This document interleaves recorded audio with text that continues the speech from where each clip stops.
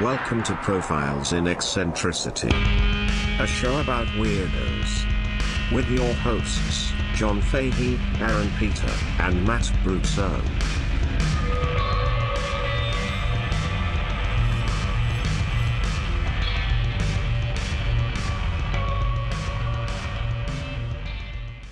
Hello, folks. Welcome to Profiles in Eccentricity. It's a show about weirdos, doggone it.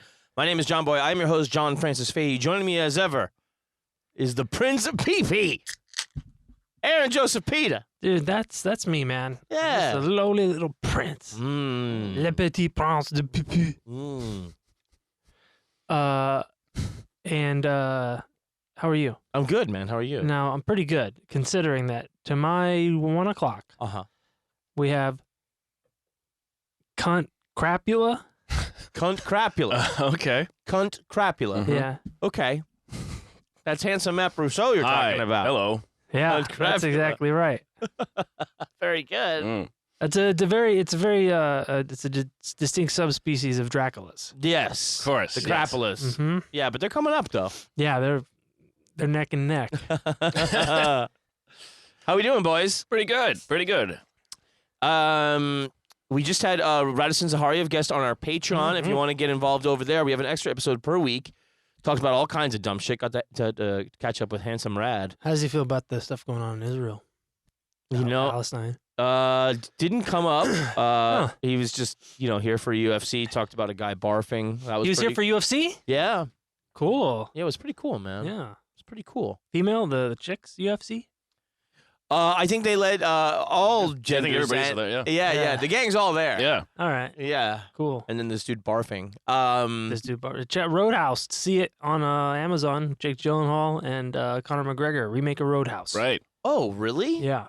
Weird. Slaps a lot of guys. It looks funny. That sounds funny. I hope Okay. there's a throat rip. It probably is. If there's not a throat rip, why are you doing Roadhouse? Yeah. That's fair. I've never seen Roadhouse. I didn't know there was a Patrick throat rip. Swayze rips. It's Patrick Swayze and Sam Elliott. And he rips a guy's throat out? He does a lot of like karate stuff, and one of them he rips a guy's throat out. That's too much. I'm pretty sure.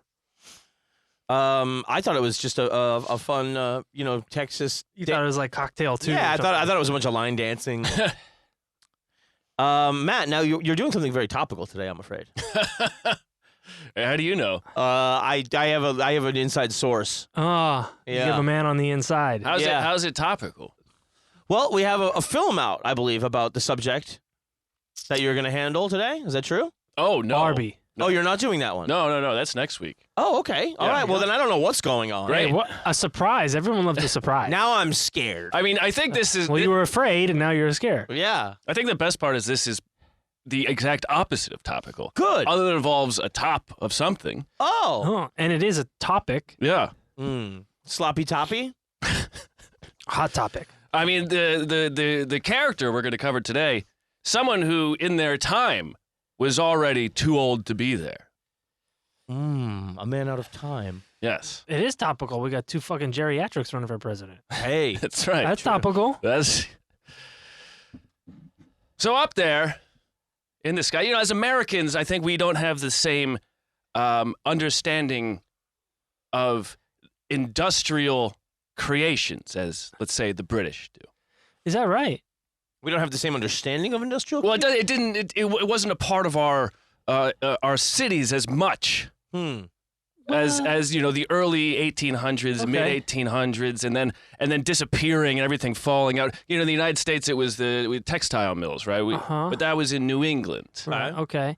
So you're saying the tip of the spear of the Industrial Revolution was really in England. And they claim when it was happening, they were tops. They were the first place with a railroad. Oh yeah, and a subway. I just learned that the other day. First place with a subway. The other day. Yeah, the tube. Yeah, it's topical now. Now, guys, up there in the sky, what is it? Heaven. Is God. it a bird? No. Is it a plane? No. A Zeppelin.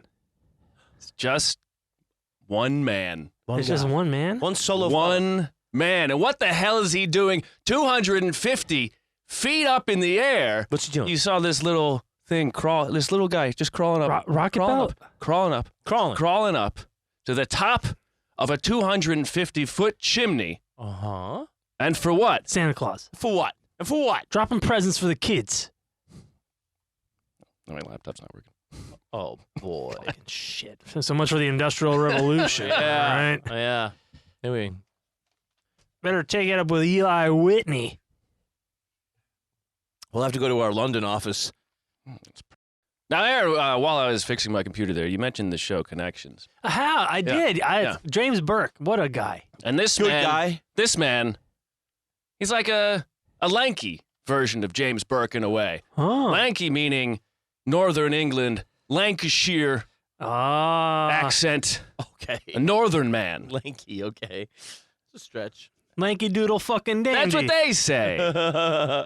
And he's on top of this chimney, and what's he doing, guys? Taking a shit down it, upper decking it, Showing everybody his balls. teabagging the fucking chimneys. These are all Teabag the smokestack. these are all good guesses. Very good. Yeah. Good. Thank you. These are the first things I would do. Yeah.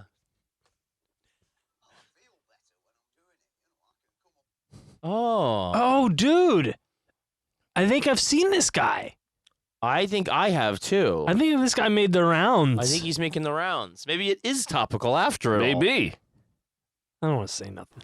Well, I feel better when I'm doing it. You know, I can come home at tea time. Now we got a guy smoking an unfiltered steak and a big plate of cigarette chips, and on top of the sort of chimney, if you're just banging mucking away. about pointing round somebody's window frames, things like that.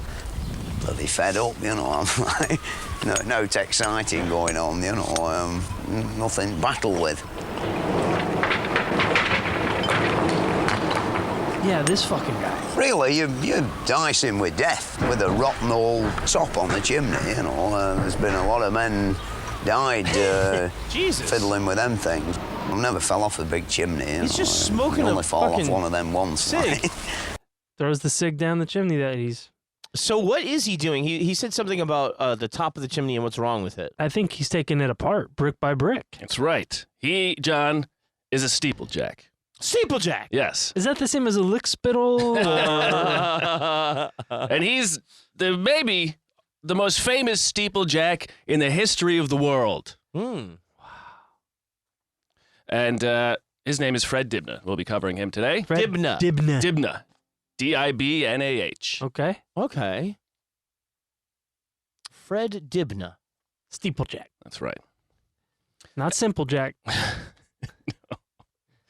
And he was born on April 28th, 1938 in Bolton, England. Okay. Now, Bolton of 1938 was textile mills, cotton mills, bleach mills, factories, 3, 4, 5 stories high. Everything is being run with steam engines, powered by coal and water. Right. That's right. Now, the skyline is just full of 200-foot-tall chimneys, giant millworks everywhere. Spewing out fucking smoke. Oh. Spewing. There were so many chimneys that every year 7 tons of coal dust would fall per square mile of the city. Oh my Jesus. God. How much is that a day? 5 pounds? I don't know. People would go to the movies, get out of the movies, and get lost in their way home. Yeah. Oh my God. This is like, you know, the people we talked about this in your Dirty London stuff. Yes. Other than the shit and piss flowing down the street like a river, Mm-hmm. there was just like you couldn't see in front of you. You couldn't. People were banging in the streets, and you couldn't even have right. the courtesy to let people see you. That's right. Disgusting. Yeah. fucking disgusting. No wonder they all talk like that. We're the classy British. We all stiff upper lip. Yeah, because it's got 15 milligrams of dust on it. Yeah. See how I use metric? Mm-hmm. Very good. Now, in 1929 in Bolton, there were 216 cotton mills, 26 bleaching factories, and dye works. It was one of the main cotton manufacturing cities in the entire world. And by the 80s, cotton was finished there. Done. Now we're getting it from Egypt, Arizona. Mm-hmm. Amazon. Well, Definitely from Amazon. Now, Fred's father, he worked at the bleach works. His mother was a char lady at the gas works. ugh.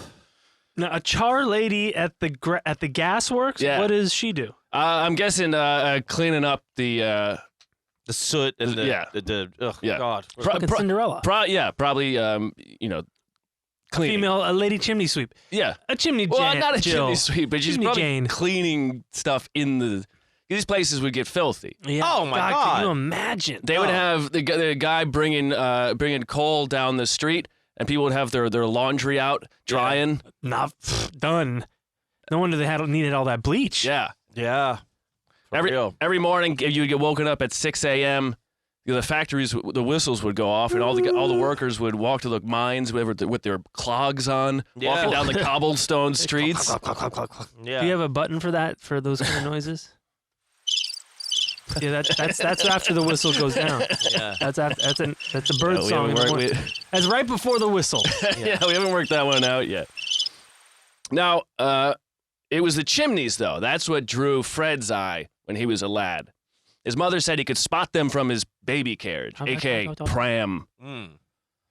And he could see the men climbing them, and the steeplejacks with their red ladders. Uh-huh.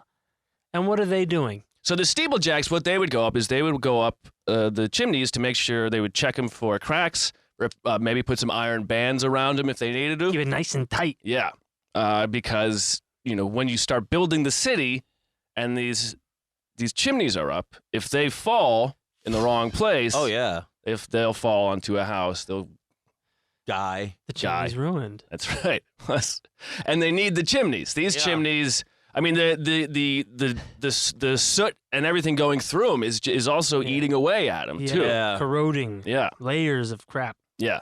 And you need to have these chimneys so tall so that the dust is just slightly above where it's a problem. Well, also the height It's of falling down anyways. the height of them also creates a bigger flue, more air rushing through it. Oh, right. That creates a pressure difference. Yeah. Got it. To allow the fires to run. Right. Now, Fred, he was a stubborn kid. He didn't like going to the beach in Blackpool, and honestly, who does? It's actually higher north than Maine. Oh, wow. Yeah. The water is pretty fucking Yeah. Yeah, it's Blackpool. It's Yeah. fucking all full of soot. All the goosebumps on everybody's exposed flesh. Not exactly a welcome sight. the sun. Pasty legs. Yeah. The sun can't even warm you up. No, there's too much fucking coal in there. So when his class would go to Blackpool to go to the beach for vacation, he'd stay home and watch the trains. When his teacher said, Hellfire! yes, well, but you have to do it in a Lancashire accent. Hellfire. Yeah, but I gotta hear him again. yeah. And when his teacher said the class was going to do something he didn't want to do, he'd just run out of the class. Got a train to catch. When the kids would play soccer, he would find a pipe in the ground or a piece of wire and play with that instead. Oh, fun. His friends would say he was stubborn. If he didn't want to do something, he didn't do it. That was pretty much. Well, But he did like to draw, and he liked drawing chimneys. He'd draw them with the red ladders on the side. Pretty easy to fucking draw, if you ask me. Yeah, well. And in the area, they had these mill ponds that they would create. They would fill them with water so the mills could use them, or throw stuff in them. And Jesus. and Yeah, either use it to make steam or as a fucking cesspool. Or is it dump? yeah, and, Hey, look, some water. Let's throw shit in it. and Blackpool had a big canal going into it, but eventually, it was unused, and there'd just be refuse in there. And Fred, as a kid, said he would go fishing for plunder, as he said, and he would Fishing for plunder. pull stuff out of there and put it in his parents' backyard. Oh, Just boy. piles of garbage. And, Yeah. Look, Ma.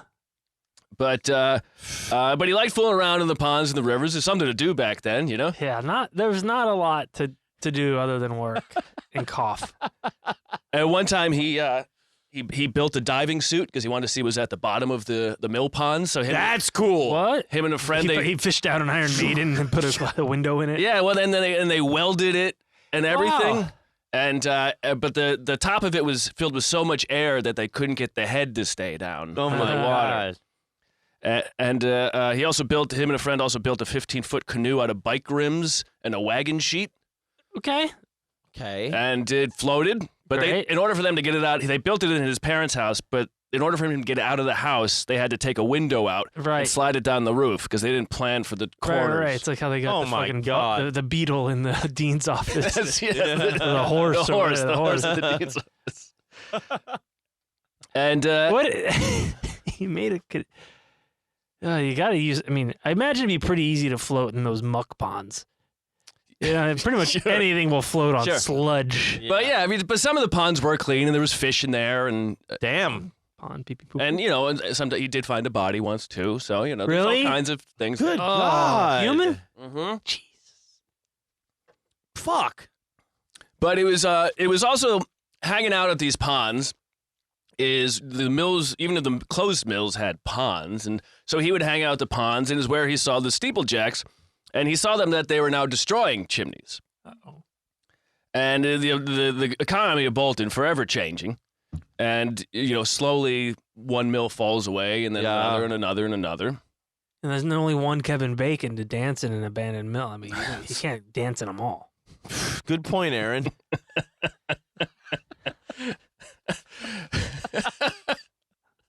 Thanks. Thanks. Yeah, there was a lot of industries were lost. The solo guy dancing in the fucking abandoned mill. You can only dance on one at a time. That's true. Afraid to say. He's basically the same as this guy. Yeah, he's the flash fucking one. And he, Fred would see, all the guys around town wearing the flat caps Mm-hmm. to mark that there was some sort of mill worker or engineer or something. And Okay. so he decided he was going to wear a flat cap, and Kind of a big fucking deal around here, He's a man. real fucking He would mess talk- around guy. he would talk to anybody who was doing some manual labor. He would talk to them and figure out what it was and how to do it. And Yeah. so he started talking to the steeplejacks, and they started teaching him, about chimneys and how the safe way to knock them down. Yeah. Because before, explosives or hydraulic jacks Wrecking or balls. yeah, you would have there was a safe way to do it where it would fall in one Uh-huh. direction, Mm. and we'll get to that. But Fred, he saw the guys with the chimneys. He said, "I'm going to be a steeplejack." His mother said he must be mad, but for Fred, it was chimneys and steam engines, and that was it. Some guy gave him a ride on a steam engine once, and let him shovel in the coal. Oh, boy. And he then let him ride on the front of it. Toot toot. No, I mean like the front. Oh, where they hit the cows? The Yeah, cow yeah. thing? Yeah, like where Doc Brown was. Yeah. Yeah. He said he rode 20 miles in the rain in it. He was Holy shit. He's was king of the hooked. world, man. 20 miles in the rain? That was probably the best shower he ever had in Bolton. It rained a lot in Bolton. Yeah. The engine's just continually getting you dirty the whole time the rain's washing it away. Bugs in your face and teeth. And he would at night he would break into the mills and take a look at the engines and all of the equipment. Even if the mill closed, no one's moving that fucking engine out of there. That thing is Right. gigantic. Can't steal it. Yeah. People go in and steal brass off of it and whatnot. Oh. He's really love the brass. I mean, I think we're both appalled by Oh. the sanctity of it. Yeah, man. But take an important piece out. Yeah. It's all fucked up. So Fred, he asked the chimney guys how to take down a chimney safely, and it's like chopping a tree down Yeah. basically. You hollow out a section on the bottom, one side, one little corner, and the Like a piece of pie, like they Yeah. shoot like in the movies. and as you take the bricks out, as you knock the bricks down, you put a wood pole in there, and you keep doing this until it's propped up by these wood poles. You knock out a little window on the other side so you can look in there. Uh-huh. You fill the whole thing with tires and burnable refuse. You light it all on fire. And when the fire gets hot enough, it burns the props out. And the chimney falls in the direction the props were in. Mm. And if you do it correctly, it'll fall in a nice kind of straightish line. Right. Wow. Straight-ish, like you. Yeah. Yeah, Ish. straight-ish. Yeah. Yeah. And Fred remembers as a kid, he remembers seeing one of them go wrong, and it fell in the wrong direction, took out a bunch of power lines and a dog kennel. Fuck. Because these things are they're 250 feet high. It's going a distance. You imagine they're in the dog kennel like, oh, the power's out. What else could go wrong? Shit! My God. All these fucking dogs getting brained by falling bricks. In the dark? In the dark. Holy shit. Hey, who cut out the lights? This day couldn't get any worse. When he was 14 to 15, his mother made him apply to art school. The fuck? Yeah. This is like the opposite of what parents do. know. Like, applying to art school, you need to get a real job, like a train conductor or a steeplejack. Steeplejack. Yeah. I want to be an artist. Well, I want to do arts, mummy. Stop that. But he applied and was accepted because his drawing of a steam engine was very good. Oh, good. Oh. And he learned to do technical drawings there, which would be helpful for the rest of his life when you're doing some sort of jackery. Or if you're working with engines. And at 16, he applied at the Youth Unemployment Bureau they had. He got a job as a joiner, someone who basically patches up masonry or parts of houses that are in need of patching. He's a fixer. Hey. Yeah. You got a job, I'll fix it. And they put together window frames. They kind of do carpentry that isn't chairs. When building houses. And sorry, lady, no chairs. Yeah. There's a carpenter that does that. Yeah. Dickhead. The guys down at local 307 would have my ass if I start doing fucking chairs. Probably. But when they were doing this, people would be like, "Hey, I got a little other thing. Could you do that too? Instead of having to hire some other guy, I like working with you. Could you patch up the wall of my garden, or maybe part of the house here?"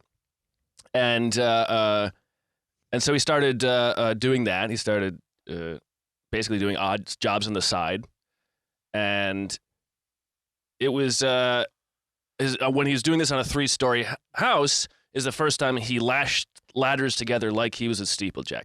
Because as steeplejacks would climb to the top of the chimney, what they would do is they'd take a 10, 15-foot ladder or so. They would put it up against the wall. They would climb up near the top of it, hammer in, I think it was called a dog, put a pulley on it, and pull up the next ladder. Yeah. And then they would tie that ladder to the top of the ladder they just put up, which is now hanging, from metal onto the chimney. Yeah. Right. And then they would climb up that other ladder and do that again and again and again until they made it up 250 feet. Wow. Or however tall the chimney was. Like Donkey Kong or something. Yeah. It is. Gotta climb up all those ladders. Yeah. Now, is there a large ape up there throwing down barrels? I mean, humans are throwing bricks down. Yeah. Now, when they're lashing the ladders together, let me get this right. It's not like there's a now continuous stream of ladders.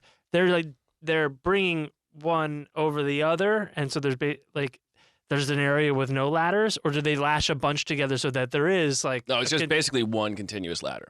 Okay. Oh, that's good. Yeah. That's not as much of a death sentence. Right. And they're all hanging from the dog, and each one is lashed together. And you'll see an example of this later. Okay. Wow. And so he does this on this house, and he's like, yeah, actually, a pretty good time. He makes a bet with one of his coworkers that the coworker heard about how much he enjoyed the chimneys and ladders, and bet him he wouldn't climb up the 262-foot chimney in town. And it was 10 bob. Wow. I'm sorry? 10 bob. 10 quid. Oh, 10 quid. 10 bob. 10 bucks. Is it the same as 10 bob? I think it's 10 bob. I mean, I wrote 50 pence on here, but I'm pretty sure it's not. Oh. It could have been. I don't know. Well, I think he told when he first tells the story, it's 50 pence, and then the next time he says it's 10 bob. Ah. 10 bob. And so he does. In the middle of the night, he climbs up it, puts a couple Union Jacks up there. Hey. And when he gets down in the morning, someone sees it, tells the news, and the news assumes it was some Manchester University student who was a vandal. So Fred doesn't get his. How dare they put a flag representing our country I know. at the top? And then so to do it again to prove it, this time he makes a dummy, and he goes to the top of a 212-foot chimney and makes it look like someone hung themselves. Oh, my God. But it turns out the overcoat he borrowed from a friend's wife had a Manchester bus ticket in. So the news once again thought the Manchester hooligans. Oh, my God. In Manchester. Yeah, This guy can't get any credit at all. He's giving it credit to another city. When he's what is he? At one point he's 16 or 17. His family chimney is in need of repair. Oh. The family chimney passed down from generation. Yeah. And so he decides, fuck it, I like chimneys. I'll build a new chimney. He knocks down their chimney. Fuck out of here. And his brother would later say, I did most of the work. Oh. But Fred, they build it up, and his brother says, okay, I think we're done. And Fred says, no, I want some style, and he builds it out more. Here is a picture of that chimney. It's got a spot for hanging dummies. And So this is the first chimney he made? Well, Yeah. that's a lovely chimney. That is a beautiful chimney. Now, I'm guessing that his brother stopped right where it gets cool. Yeah, Yeah. exactly.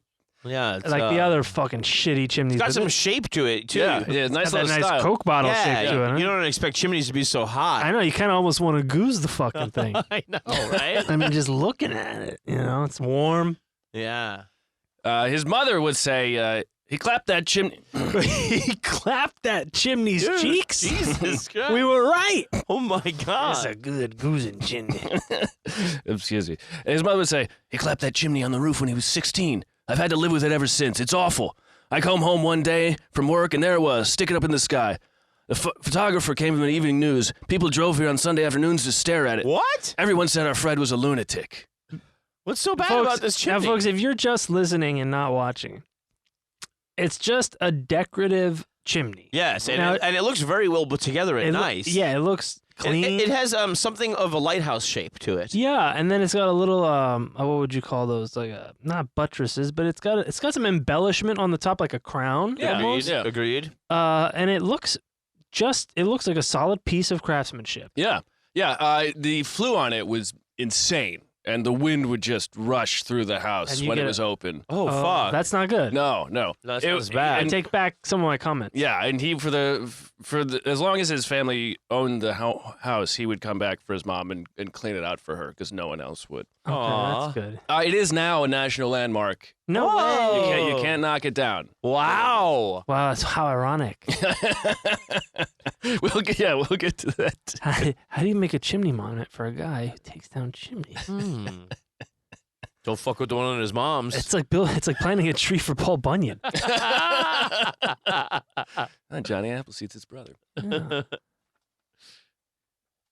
So after 3 or 4 years as a joiner, he spots a ladder in the local river, takes it home, paints it red, and starts doing his own work on the side. Nice. And eventually saves up enough money for 5 or 6 ladders. It would piss off his parents because he would store them in the backyard, and they said, we can't see outside. There's just ladders over the windows.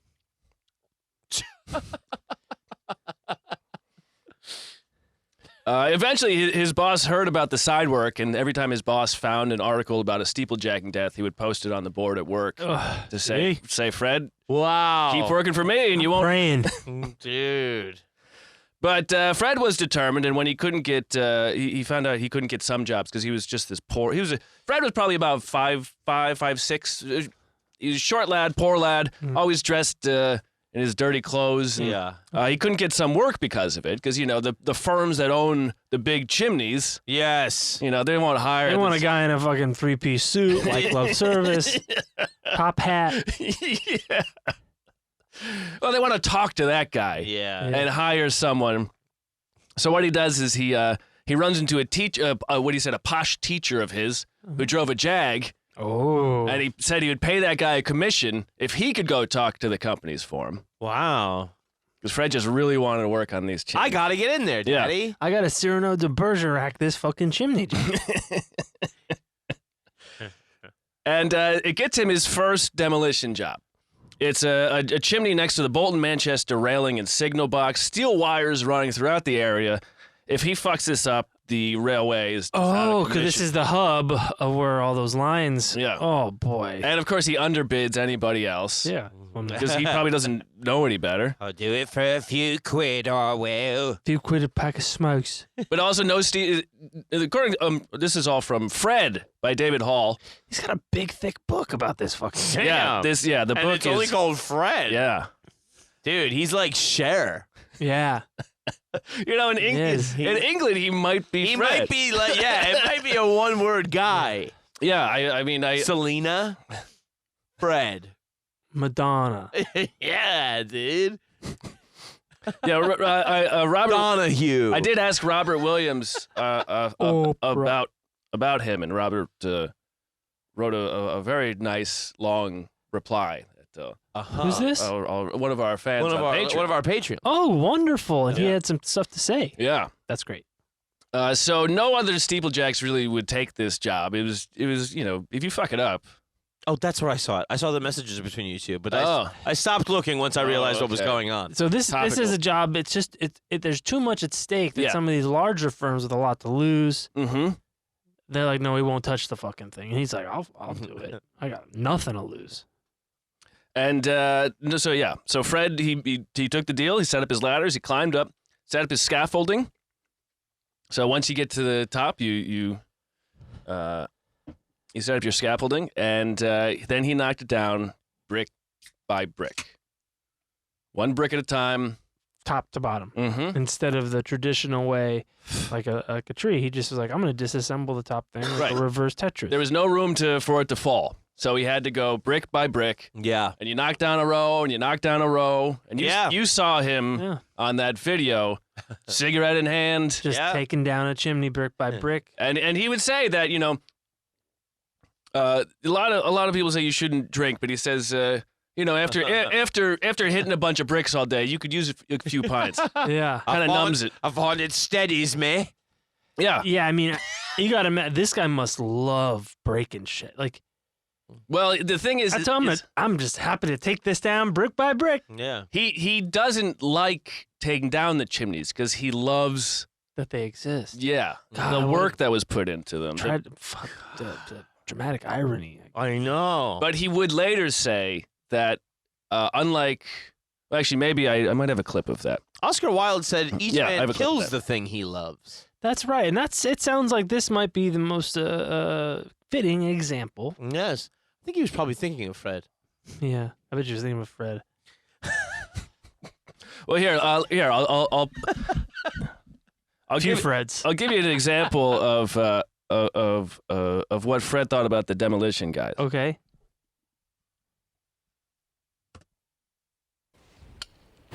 Chiseling away there. I've had instances where people have come where I've wanted a couple of £100, 25 quid, and they've done it, madmen, no pit props, nothing, just chop the bottom out like a tree. And they don't know to an hour when it's going to go. Just keep bashing at it at each side, when it's creaking and groaning, just run out the road, at great speed, like. Oh, my God. You don't need anything, only a sledgehammer and, a bit of lunacy, like, and you're in business. And you come on the insurance, man. They'll send some little lad out from their office who's never seen a chimney fall down, and he's got to work it all out, the risks involved, Well, by the time it's gone back to HQ, it could have been Groucho Marx who's knocking the damn thing down, which upsets me a bit, when I think that's good that all the ones I've done pneumatics. that have gone okay, and yet the premiums keep going up and up and up all the time. Well, I've nearly given them up altogether now, If there's no tint way, I'll do it, and take it on my own back. And good luck to them men, they've got big Mark 10 Jags and pinstripe suits. What have I got, second down bloody Army Land Rover, and just about managed to keep that going, like. Hey, he's got a Land Rover, pretty nice. So what we're seeing there, folks, in that clip is we're seeing somebody just chip away at the base of the chimney of a gigantically tall chimney. Yeah, and of a set of chimneys in the footprint of what used to be a mill or a factory. Yeah. And however, chimneys are always the last thing. However, there are surrounding buildings that are still too close for comfort for this level of, just like he said, it could fall down any way it chooses, and then basically they have to high speed, lickety split out of there. Yeah. They just gotta run in the right direction, hopefully. Yeah. Well, but it's definitely courting a complete disaster. Well, so first off, this is in the middle of a snowstorm. Yeah. Of sorts. It's a light snowstorm, but still in the middle of the snowstorm. It's just him and one other guy.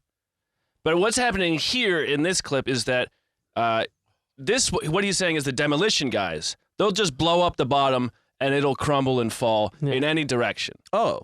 But what he's doing is to set it up to fall straight towards the camera. So all so there's a method to this. I thought this. Yeah, I thought no. this was the guys that were just like trying to hit any side of it, like side by side, until eventually it's that's what he was saying about the demolition guys. Got They'll it. come in with Got a it. sledgehammer. But there is actually a method to this madness I just saw. Yes. Okay. Yes, that's why he's working one side. He's working the side closest to the camera here, so it falls in that direction. Got it. And he would say that he thinks for the amount of time put into it, the craftsmanship put into it, that if he takes it down this way or brick by brick, at least it takes him some work. It deserves a fitting death. Exactly. He really does kill the thing he loves, Wow. It's a bit of a fucking chimney. I don't have to be ashamed just to blow it up like some common street. I'm gonna make love to her before I take it down. Yeah. Real soft and passionate, like hitting all the spots in the right areas. Well, you got to do Yeah. He does a lot of the. I enjoy that. Yeah. Yeah, it's we'd have to listen. We're gonna hear more, but the accent's not the easiest thing to hop in. Yeah, fine. It does have some of that Monty Python style, depending on what sketch you're referring to. But you know what I mean. But so back to that job of his where he took it down brick by brick. He made 100 pounds, which is about $3.7 thousand today. I think it took him 3 or 4. I think it took him 4 weeks. 4 weeks, $3,700. Back then it goes a little further than it did. Okay, all right. I mean, Yeah. What year was that? This would have been what? He would have been 19, 20. No. He would have been 21. Maybe. Oh, he would have been Yeah. 19 or 20. So it would have been like Hey, that's a lot of money for a young man over there in the 50s. 59 or so. Come on. And so now he has proof that he is a steeplejack and he can do this work. And so he starts hanging out at his uncle's temperance bar on Sundays. The temperance bars were the bars where they didn't serve alcohol, where people would go to warm up with beers so they could go to the bars when they opened at noon Oh and start drinking. God. I'm sorry. The temperance bars were places they didn't serve alcohol, But they have beer. Oh, they have beer. They So have- that they- you could go to an actual bar where they have liquor. Well, no. They had non-alcoholic bitters. Oh. Okay. Yeah, and so you could get a couple of bitters down and go, hey, Yeah, you scratch the itch without actually catching the buzz. it's new. And plus you get out of the house, too. yeah, away from the kids, the Yeah, wife, the family, the things you The work kids for. knocking down a chimney. You go, fucking Christ.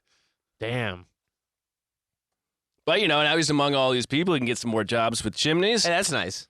At 22, he's forced to join the National Service. Uh-huh. His boss tries to argue that he's too valuable for the company. Aw. And but the National Service has other ideas. Fred meets with them and he explains what he works on and his abilities. And they send him to the cookhouse, working with 40 men who had no experience cooking. Oh, man. Oh, God. That's the National Service. You think like yeah. MI6 would need a guy to take down, yeah. Russian chimneys somewhere. Yeah. Now see here. Yeah. You may seem like a common steeplejack, but you're a secret weapon against the Reds. Yeah, they don't understand knout. And so he was sent to Germany with the National Service. And the house that they're staying by, he sees it's bad shape, the officer's house, and he fixes it up. And they see that he does such a good job that they get him out of the cookhouse and repairing stuff around the camp. Nice. And eventually gets back to Bolton. He buys a motorbike so he can haul his ladders around this time. On a motorbike. He used to haul them around with a bicycle. Oh, God. Just under his arm? No, or like a basket behind him. Oh, like he towed it. Yeah. It wasn't like he strewed it, like went across it, Yeah. like he was a trapeze guy, Yeah. or tightrope walker Yeah. guy. I hope there's no buildings ahead. I got it Boy, sideways. these are narrow streets. I don't know, man. You see videos of like people in fucking India and Yeah. Thailand and shit. They got all sorts of shit on a bike. They make it happen. They got a big bowl of fucking coconuts on their head, and they're just Yeah. There's 3 dogs on their there. fucking whole family right on the pegs. But he had a little wagon behind him. Okay, that's good to know. He's a smart guy. So he gets back to Bolton. He gets the motorbike, and he gets some jobs repairing chimneys. Repairing them. He gets 45 pounds for 3 weeks' work. It's about $1.5 thousand. And he gets introduced to the vicar of Bolton, The vicar. Vika. the head of the tallest building in town. You know, the vicar is. Oh, right. You know what that says? It says that they really value vicars. Yeah, Yeah. exactly. Yes.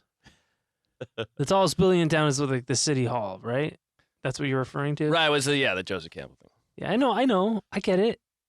But The Joseph Campbell thing? Explain that. Joseph Campbell in Power of Myth, and I think maybe a couple of others, he would tell you that like whatever the tallest building of any society is tells you what's valuable to them. Right. So before it used to be the whatever the stone observatory was, and then it would be the church, Right. and then it would be the city hall, and now it's usually a bank building. Yeah. Right. And so that says like what, Yes. the whole, imagery, phallus, etc. Yeah, who's got the biggest psychology. dick? But the vicar actually it likes him because the vicar also likes old motorbikes. And Fred got a 1926 old motorbike that had a kerosene lamp. Wow. Whoa. So if it was raining, it was hard to light. Yeah. Oh my God. But then you close the little thing on Yeah, it, and yeah, then it's yeah. windproof. Yeah. I mean, it's not. But if you run out of Yeah. water, and fuel, and Yeah. it's I have to go to some shop and buy it. Yeah, The whole yeah. thing. And he meets with the vicar, and the vicar likes him, and the vicar hires him to repair the weather vane and gild it. So put a nice layer of tin on top of the weather vane. Make it nice and pretty. Yeah. You see that cock? It's always a cock up there. Yeah. Yeah. Yeah. Shows you that they value cocks. Yeah. So Yeah. tall. The tallest cock I've ever seen. Yeah. Flowing this way and that in the wind. Now this was the job that helped propel Fred into the big time, because the vicar had a lot of contacts, especially other churches. Oh shit. Okay, well, it's the vicar. Everybody's going to church, so he knows everybody. He tells them, "Hey, Fred is great. He's a local lad. He's cheap. Likes bikes. Yeah." Good guy. Follow guy. And so there's another memorable chimney at the time, 270 feet high. Fuck. And Fred was hired for it. Memorable chimney. It's very much. I remember there's one I talked about like his little black book. I took down this one tall chimney, eh? Yeah. Oh, yeah, she was tall and slender, had a body like a chimney. She was built like a brick shit house.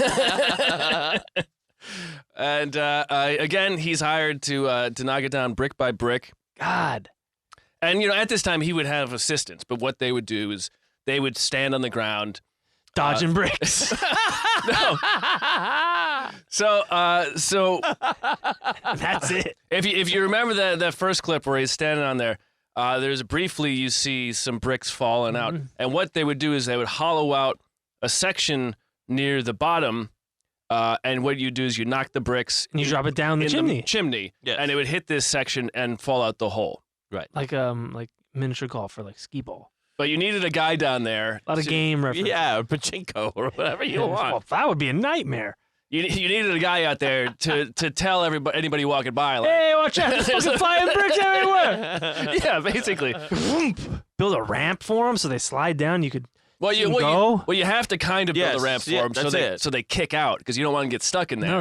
No, otherwise you get a fucking clogged That's right. brick chimney. And Fred would say that he prefers working with his assistants with a little bit of gray matter. Brains? Well, a little bit of gray matter in their brains, because he finds that the young guys, the moment they see a pretty lady, they wander off. And then they catch a fucking brick to the dome. Yeah, Oh my exactly. God.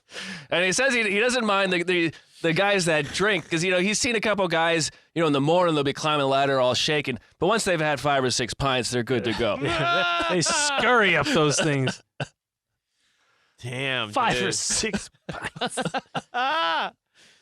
Damn. Whew. Now, this 270-foot chimney, Fred gets to the top of it. He's supposed to take it down brick by brick.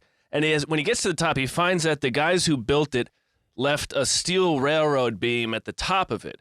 They had been using it to haul stuff up, and once they finished, they were like, Fuck it. this isn't going to blow off. Yeah, fuck this fucking thing. So they left it off there, and Fred couldn't just push the fucking thing off the side. It's too fucking heavy. And so he had to cut it, and he had to hacksaw it. It took 7 hacksaw blades, and he had to cut it piece by piece Oh my God. until he could finally do it. Toss it down. Take a fucking 2 days? Yes. He just loves taking shit apart, dude. Yeah, the guys down below are just getting fucking wrecked. Well, so I should say with this chimney, he couldn't just knock things into the middle of it, because here's another wrinkle with this chimney. The company didn't want to stop production. Right. So the entire time there's smoke billowing out of It's a working chimney? Yes. Oh my God. Dude, he must have looked insane. Oh, God. Imagine how fucked up he is in the fucking head. Dude, he got black lung one day. He went up, looked 20, came down, looked 40. Yeah, man. Gray matter. It's like, I don't like these young, like, fully functional men. Like, I don't want something that's half fucked like me. Yeah. Yeah, you don't want anybody who gets bored while you're knocking a chimney down brick by brick. I love that it's pints. It's pints they're having, too, like as if they're running. Hold on, I'll be right there, Fred. Whoa! It's just with a full shaking glass of beer. Gotta get my climbing feet together. Yep. Gotta get my chimney legs. And he's getting pretty comfortable with it. At one point, he has a friend help him pull a prank. Where in the middle of it, Oh my God! there's these three chimneys, and in the middle of the night, he paints OXO on them, one letter on each in the middle of the night, because he thought it'd be funny. Everybody wake up and go, "What the fuck happened?" Oxo. And that's how it's just probably had some pints in him when he did that. Oh yeah, sounds like it. It's the infamous Oxo menace. Yeah, once. What does it mean? He was playing Tic-tac-toe? tic-tac-toe and got tired. Yeah. Here, let me show you. I'll show you a video that I had to speed up, just for our sake, of Fred climbing to one of the chimneys that he. I think this is the one that he is knocking down brick by brick, about 200-something feet high. And I'll have all these videos There's a red ladder. linked on the Patreon for you. And Can we see that? Can we see that full screen? Oh, He's really, I'm sorry. He's Yes. really scurrying up there. Well, he's got it in fast forward, dude. Well, we're about halfway through. Why don't we? Make it a break? Yeah. All right, we'll take a break. We'll be right back, folks.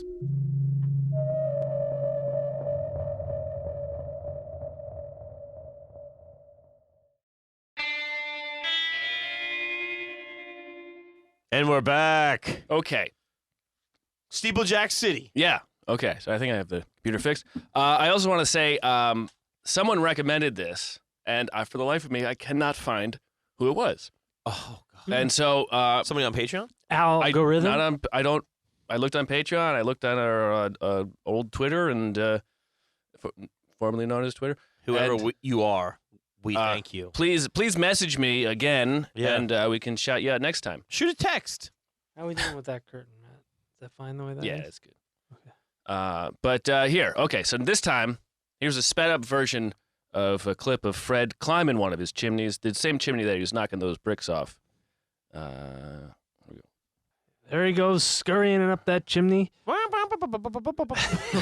You little gotta bit have a letters. little Benny Hill in there. And he would say that, some days he fucking hated doing it, but it's a nice day like this, or even some days, you get above the clouds and you could see a rainstorm coming from 2 hours away. Oh, good. Oh, my It'll God. take you 2 hours to get down. Dude, this is a completely vertical chimney. And he's not Yeah. wearing a harness on the way up. No, No, he's and he not. has to climb up backwards over the scaffolding there. It's like, it's not like this is like free solo, you know what I'm talking Yeah. about? He likes to get his tongue out. That's a good picture right there. That's the thumbnail. We'll come back to that. We'll come back to that.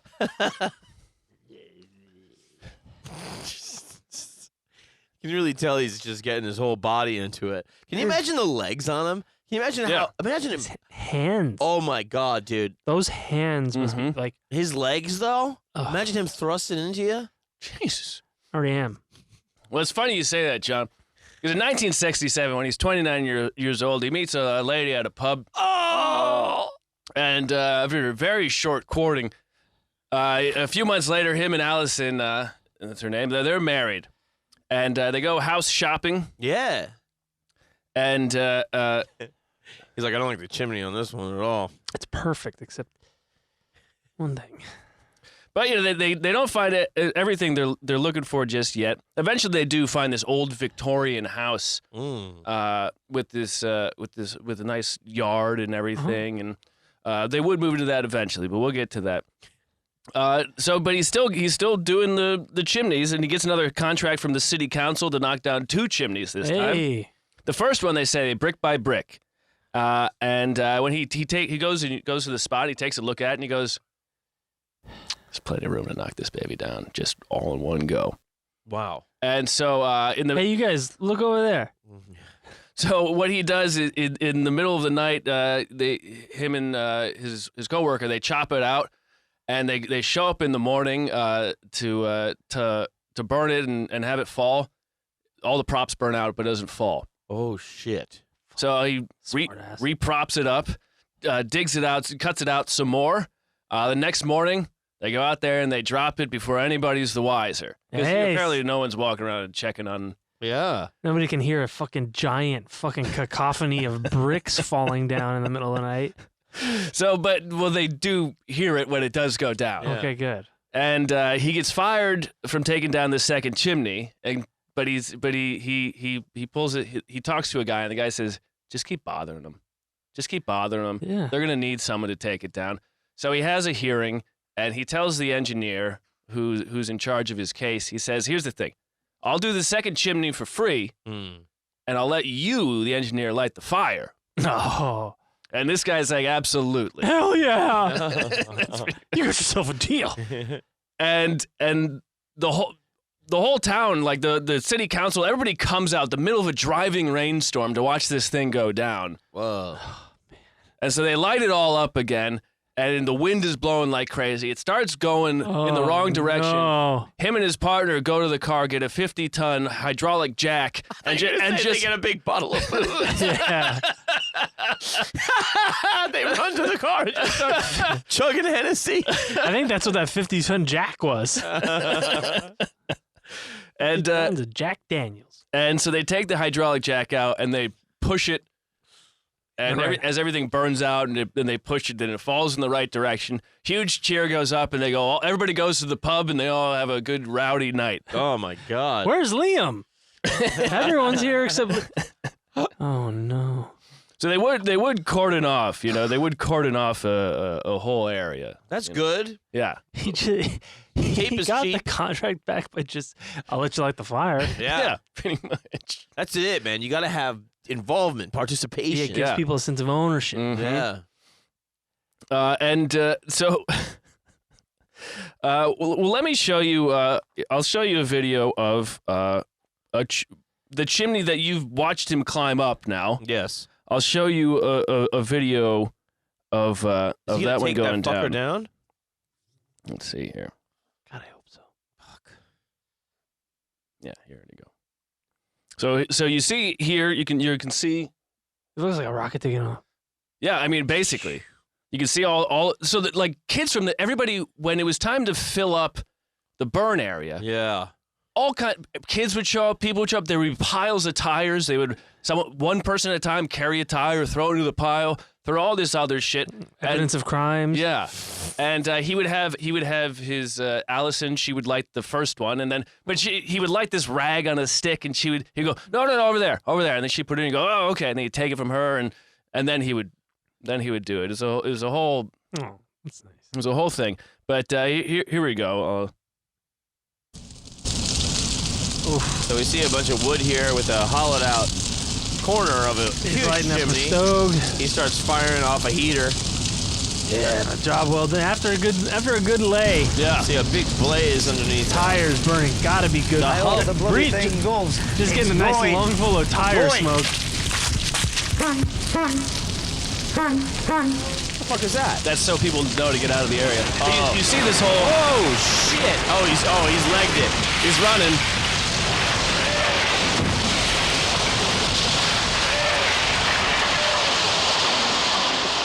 He looks so proud. Jesus. Everybody cheering. Do you like that? You know that? So that was Asks if you like it at the You end. know that? because he did. He loves I should. So, do you like that? That would become his signature phrase. No way. Oh Yes. my god. Yeah. Oh, he was definitely saying it. Yeah, when he's pounding away When at he's- Allison. Yeah. You know, You know that? Oh my Holding god. the cigarette. Yeah. Here's one chimney that never goes down. Dude. Oh my god, he's all sooty. Sorry, miss. The hat stays on. Yeah. Well, you got to keep the hat on. Mm-hmm. they so then they would all retire to the pub and have a bunch of drinks and Not friends that they were doing it earlier. friends would say you could never get Fred out of the pub after. They would say last call. They would say last chance to get a taxi, and he'd say, "Oh yeah, no, I'll have another one." Oh my god. And they also said everybody in his life said he never bought a round. I mean, yeah. You always, my god. He was too busy telling stories or chose to not notice. yeah, too busy telling. And then there's one chimney I took down. Oh, like just telling stories about chimney after chimney after chimney. No, not that one. Tell the other one. Yeah. No, that one. The other one. Yeah. The memorable one. And how did it go down? Yeah. Wow. Brick boy brick. But again, as a kid, his other passion was steam engines. Yes. And so eventually, after meeting all of these people doing steeplejacking, but he finds a guy who's willing to sell him a steam engine. Okay. And it's a 1910 Aveling and Porter steamroller. Okay. And so it's a steamroller run by a steam engine. Okay. And so he didn't have a house just yet with Allison. He had to park it in front of his parents' house. Where he kept the ladders. Oh Yes. my god. And you can imagine the ruckus this thing would yeah. make parked in the street in front of his neighbors. And he would work on it. Eventually, there's a used car dealership across the street that said you could park it at our place Right. if you want. Don't you sell it? You like that? Yeah. And here I'll show you guys. He eventually would paint it up and make it look nice. You got to paint it up, Aaron. Yeah, you can paint it like Optimus Prime. But here's a Oh. picture of it. Oh my God, that's beautiful. Yeah. It is. I was picturing something more. No, I was picturing not that, Mm-hmm. but I do see that it has the roller in front, Mm-hmm. and it's got clearly a steam engine going on it.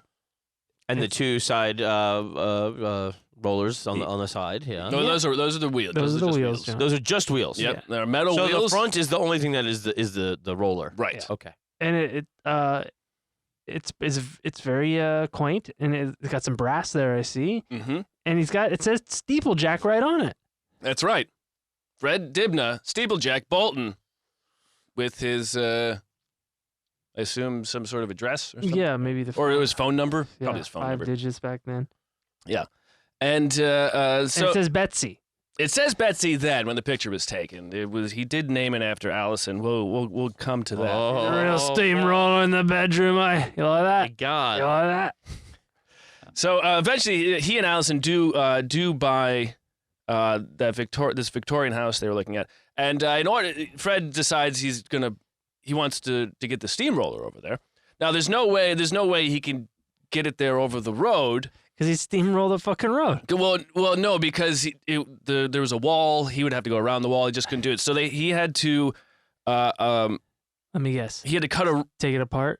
cut a road through a nearby hill to get the roller in, and it was a complete debacle. Oh yeah. They thought it would take a few hours, and they To build a road. and Through a hill. Yeah, they got stuck, and Oh yeah. they had to dig it out. Well, it was this whole thing. But once he got it there, then he could work on the engine there. So, and this is just a hop. This is not. Oh. He doesn't need the steamroller for work. Nope. It's just I like it Mm-hmm. and I want to work on it and drive it around. Mm-hmm. Yeah. Okay, cool. So I'm going to change landscapes about it. Yeah, but when he can use the engine to repair the steamroller itself, because he can use the engine to run other machines too. Ah. And through his contacts, all these other engineers, he can get new gears made for it. and he himself learns how to rivet a new boiler for it. He learns how to build a boiler. Boilers are a pretty essential part of a steam engine, and if it leaks, you can be in a lot of trouble because if if the water of a steam engine runs too low, the thing will explode. Yeah. And for those that don't know, a steam engine is basically there's a fire, and I mean I could show you guys a video of how steam engines work. But you boil you heat the water in a sealed boiler, and the pressure drives a turbine. The pressure of the steam exiting the boiler runs a turbine, which powers the motor, which runs the gears of the motor and all that. Yeah, and there's a valve that runs back and forth to let the steam in, and then open to create a vacuum, and then pull back again to let the steam in, and the pressure of the steam pushes the valve back and forth and pushes the gears. Yeah. And there's either something you pull or a knob that opens the valve to let the steam in, so you can control how much. It's like one of those organs, you know. Yeah. Woo! Right. One of those things. Yeah. And Fred, he didn't have a car, so when he wanted to go to the pub, he would drive the steamroller to the pub. Jesus. Dude, I went to the pub with Fred last night. We got absolutely steamrolled. He's gonna imagine him rolling up all slow, not gonna pay for anything. He's almost here. Let's get out of here. Shit. Yeah. Well, and also, these things have a whistle on them with that is it's a 200-pound pressurized whistle because the steam that is in the thing is also used to run the whistle. Yeah. Oh God. And in order to be safe on the streets, you gotta let people know you're coming with a fucking steamroller. Yeah. Yes. Guys are waking up for work in the middle of the night because Fred's rolling around town. Yeah, because he wants to have a few pints he's not going to pay for. And another thing about Fred is that he didn't go on holidays. Instead, he would take the family to steam rallies. Steam rallies? Yeah. Now, what's a steam rally? Well, a steam rally is when all the guys who love steam engines and shit, they show up in a field somewhere. Yeah. And they all hang out with each other and blow the whistle. Yeah, well, you can say that, sure. All the steampunks dust off their monocles. Which the dust is substantial. And then they get real crazy. No, dude, it was like Burning Man, but real slow. A rally also makes it sound political. Yeah. Oh, dude, they are against gasoline, kerosene, all that. Dude, yeah. And so he would take the family. He would connect a big living wagon. Like the ladders of old. He would connect it behind the steamroller. It's basically like a giant shed on wheels. Oh, my God. And that's where your family is? Traveler. And eventually he would have $3 with Allison, and they would, all the kids... shovel and coal. With the steamroller. The steamroller dragging the shed to the steam rally. God damn it. And at first, the roller would only go 4 miles an hour. But he tooled it up a little bit. Yeah, so he had a turbocharger, took off the restrictor plates. Not exactly street legal if you catch my frisbee, John. Yeah. He's got some nitrous tanks in there. Eventually, when he fixed it up, it took him 14 years to fully finish the job. Oh, God. But when he did, it could go 25 miles an hour. Yeah, and the wheels would go flat and he could travel through time, too. Yes, baby, right here. Get this bad boy up 25. Yeah. But Fred, like that. Oh, that.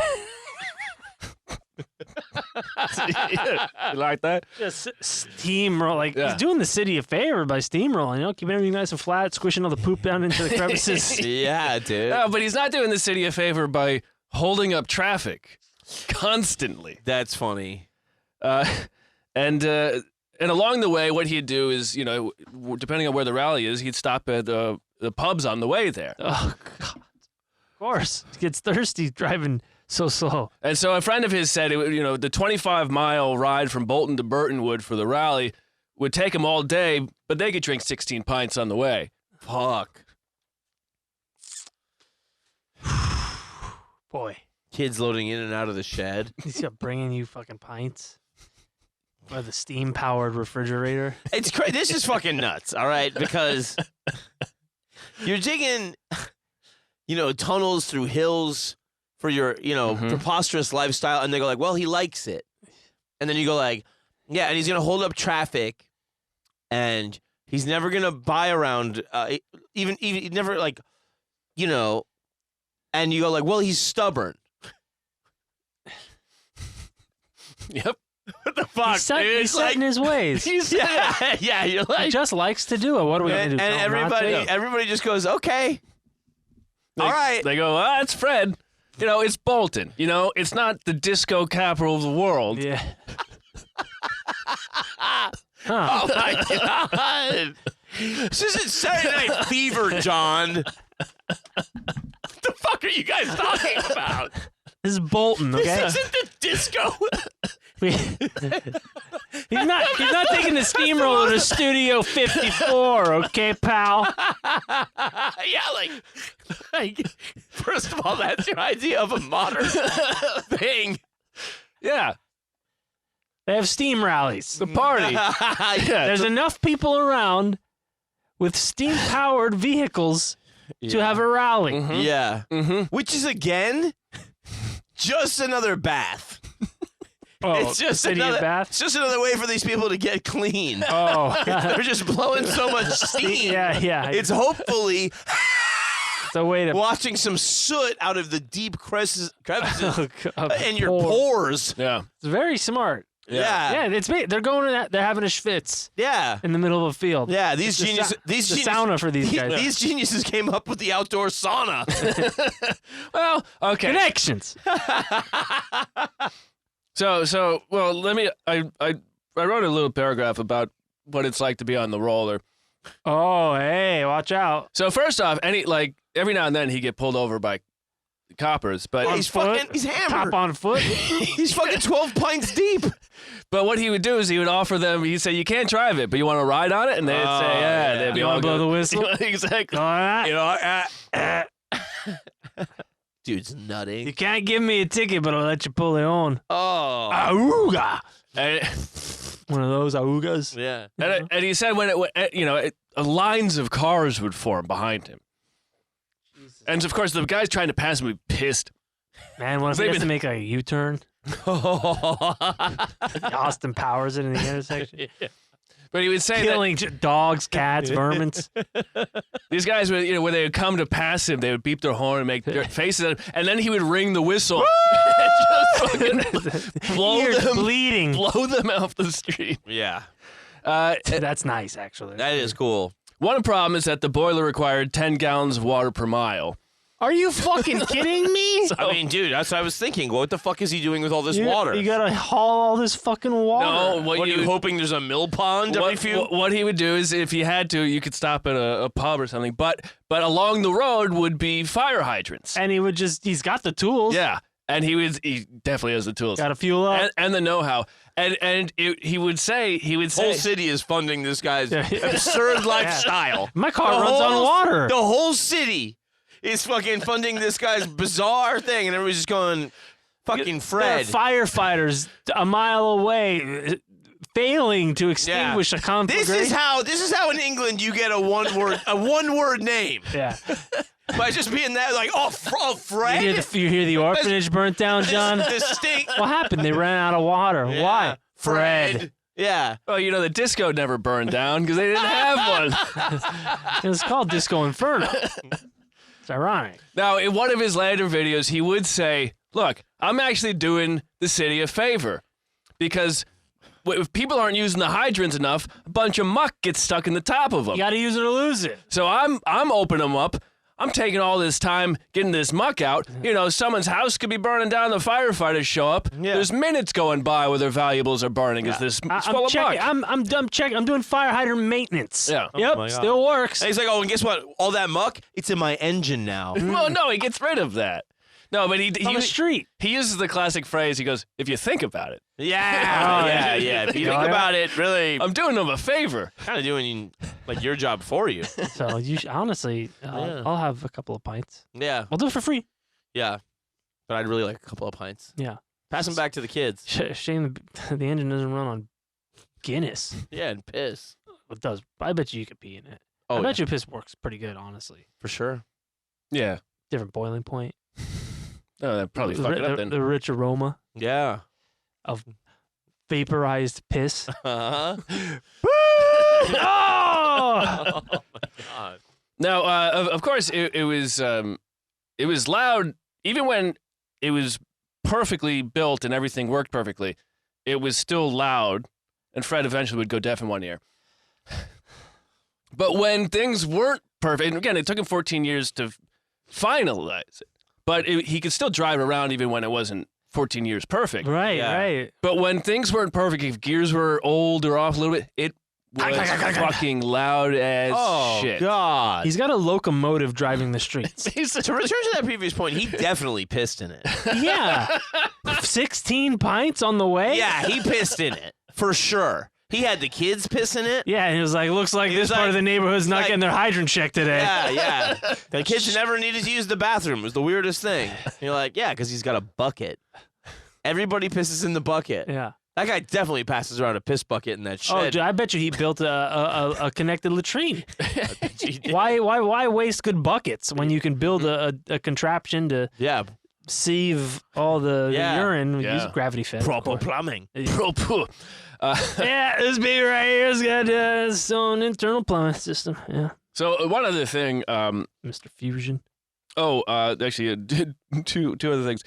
In the sun, if it was running in the sun, it would get so hot it would burn your hand to the touch. Oh fuck. The boiler. Yeah, or just the entire everything. device. There was a canopy over the top, but the entire device, and that's why historically the guys who used to run the engines and the rollers or the driving devices would prefer to do it in the rain Right. Right. because it's a nice time. Yeah. Also, oil would spit out of it, Oh, and it would hit you in the face. And Fred said that if it And he's up there shirtless the whole time. yeah. Like a sicko. Oh my god, on his nipples and everything? Feels so good. Fred said something to the effect of if it hit you and it didn't burn you, you knew things were okay in there. It wasn't overheating. Yeah, that's how you know. Yeah. It's Ah. supposed to spit oil. But it's just spitting oil all over you the entire time. God. Piss fumes coming out of the horn. Yeah. And also on the steamroller, all of the wheels were metal. So if it was raining and you're going downhill, Oh, you're sledding. yeah. Oh, Well, that's fuck. how he makes up good times. That's true. One time he had to crash it into a wall to avoid a bigger mishap. Oh man, I bet 'Cause you it was wished just- it was a chimney. Holy shit. No, he hated taking chimneys Well, down. if it was a job he had the next day, Oh, yes, that's true. if I aim it just right. So anyway, so he's doing this for a while. But in 1970... Just imagine him fucking fishtailing into a bar, like the parking lot of a bar, Yeah. just Yeah. and just taking off his cap and going, "You like that?" Yeah. Like, oh, Fred. And then he goes to the bar. Now, so in 1978, he's adding a new gold leaf to the flagpole on the town hall of Bolton. And a BBC crew arrives from the BBC show called Look Northwest, because the BBC is doing, they're like, hey, there's other places than London. Right. I guess we've heard Yeah. Now we take a look northwest.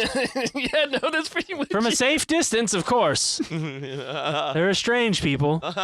We don't know what they're saying to us. And it goes well enough. They interview him for their show, this crew, and it goes well enough because they were just there just to see what's going on. And either someone pointed Fred out, or they showed up and they're like, "Why is that guy up there?" Yeah. What the fuck is going on with him? And they interviewed him. They said, "Oh, okay, that was cool." And Fred was like, "But he was a character. You know, Yeah. there was something about him." Yeah. And Fred was like, "Okay, that's that."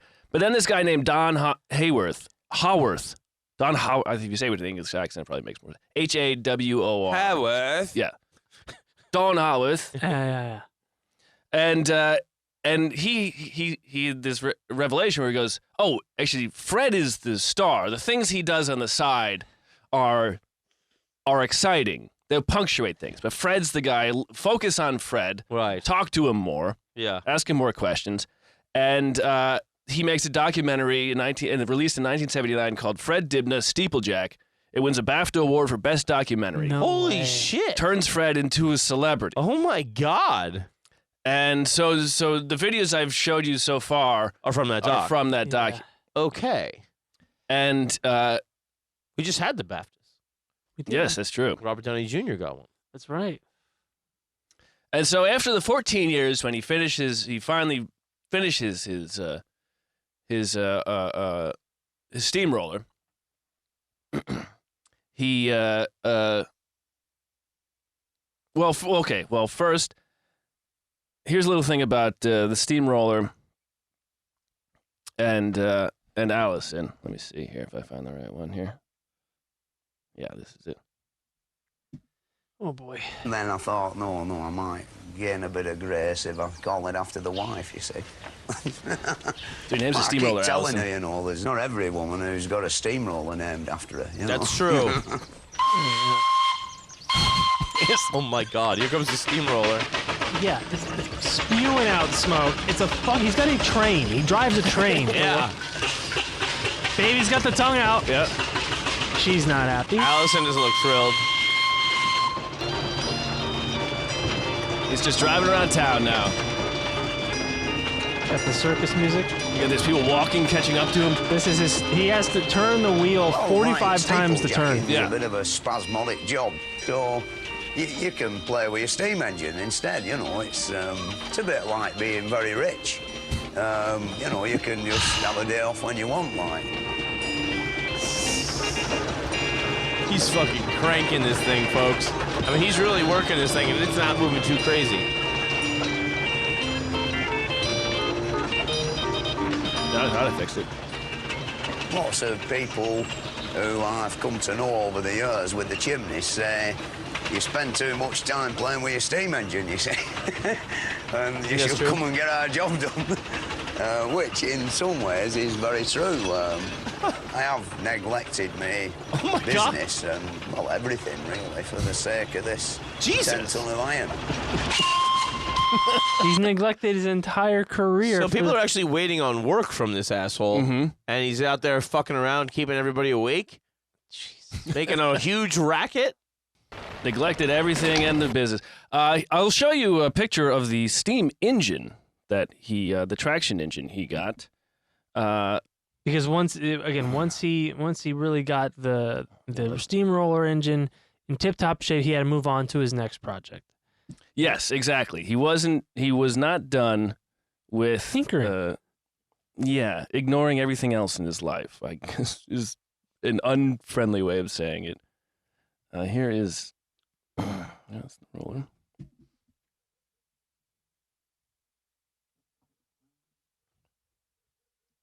About the new engine. There it Hey, is. look at that. Wow, look at that guy. It's a beautiful piece of machinery. It has rubber tires. That's an upgrade. Mm-hmm. And no canopy on this one. But you like the rain. Yeah. Plus it washes the oil off.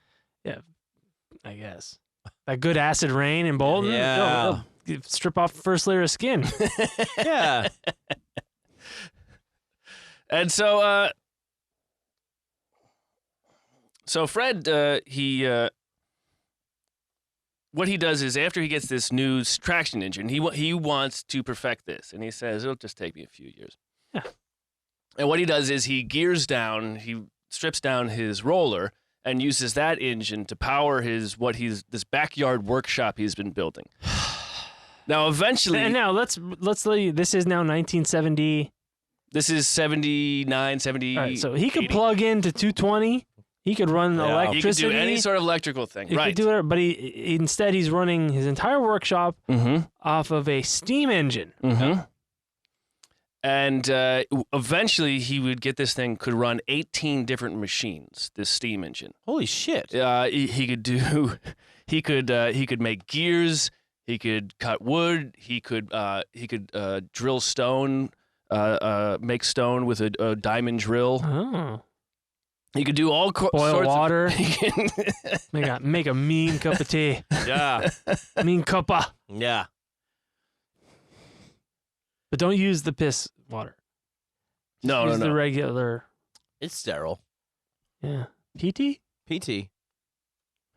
Catching on in a big way. Ice hot. We managed before with that, didn't we? No more holidays. Okay, so here, what I'm going to show you here is this is from. This looks like him and Allison. So I'm pretty sure this is from Steeplejack. There eventually would be a documentary called The Fred Dibnah Story, which was 6 parts, also by Don Hayworth. Okay, so after the success of the BBC documentary, they would expand on it, but I believe the Fred Dibnah story, the first few episodes are pretty much Steeplejack. Got it. So around this time, when they're filming Steeplejack, or just after, they don't stop filming him for Fred Hayworth. And this is right after he buys the steam engine, and Allison is pissed at him. Okay. And, and she's like, well, what are we going to do? oh look, kids running around with heavy fucking machinery everywhere. This is good. We managed before with that, didn't we? No more holidays. Oh, we've never had any. And so this is the factory running back there. Holy shit. Now Fred geared down his steamroller to drive the machinery he'd use in beating out parts for the tractor. The roller had taken 14 years to do up. Fred reckoned, with what turned out to be the wildest optimism, that he'd whip through this job in less than 4. Like I work in this shed sometimes till 1 o'clock in the morning, and I like contain me hammering, down to like 9 o'clock. I don't do any heavy blows, I don't like, I respect the neighbours.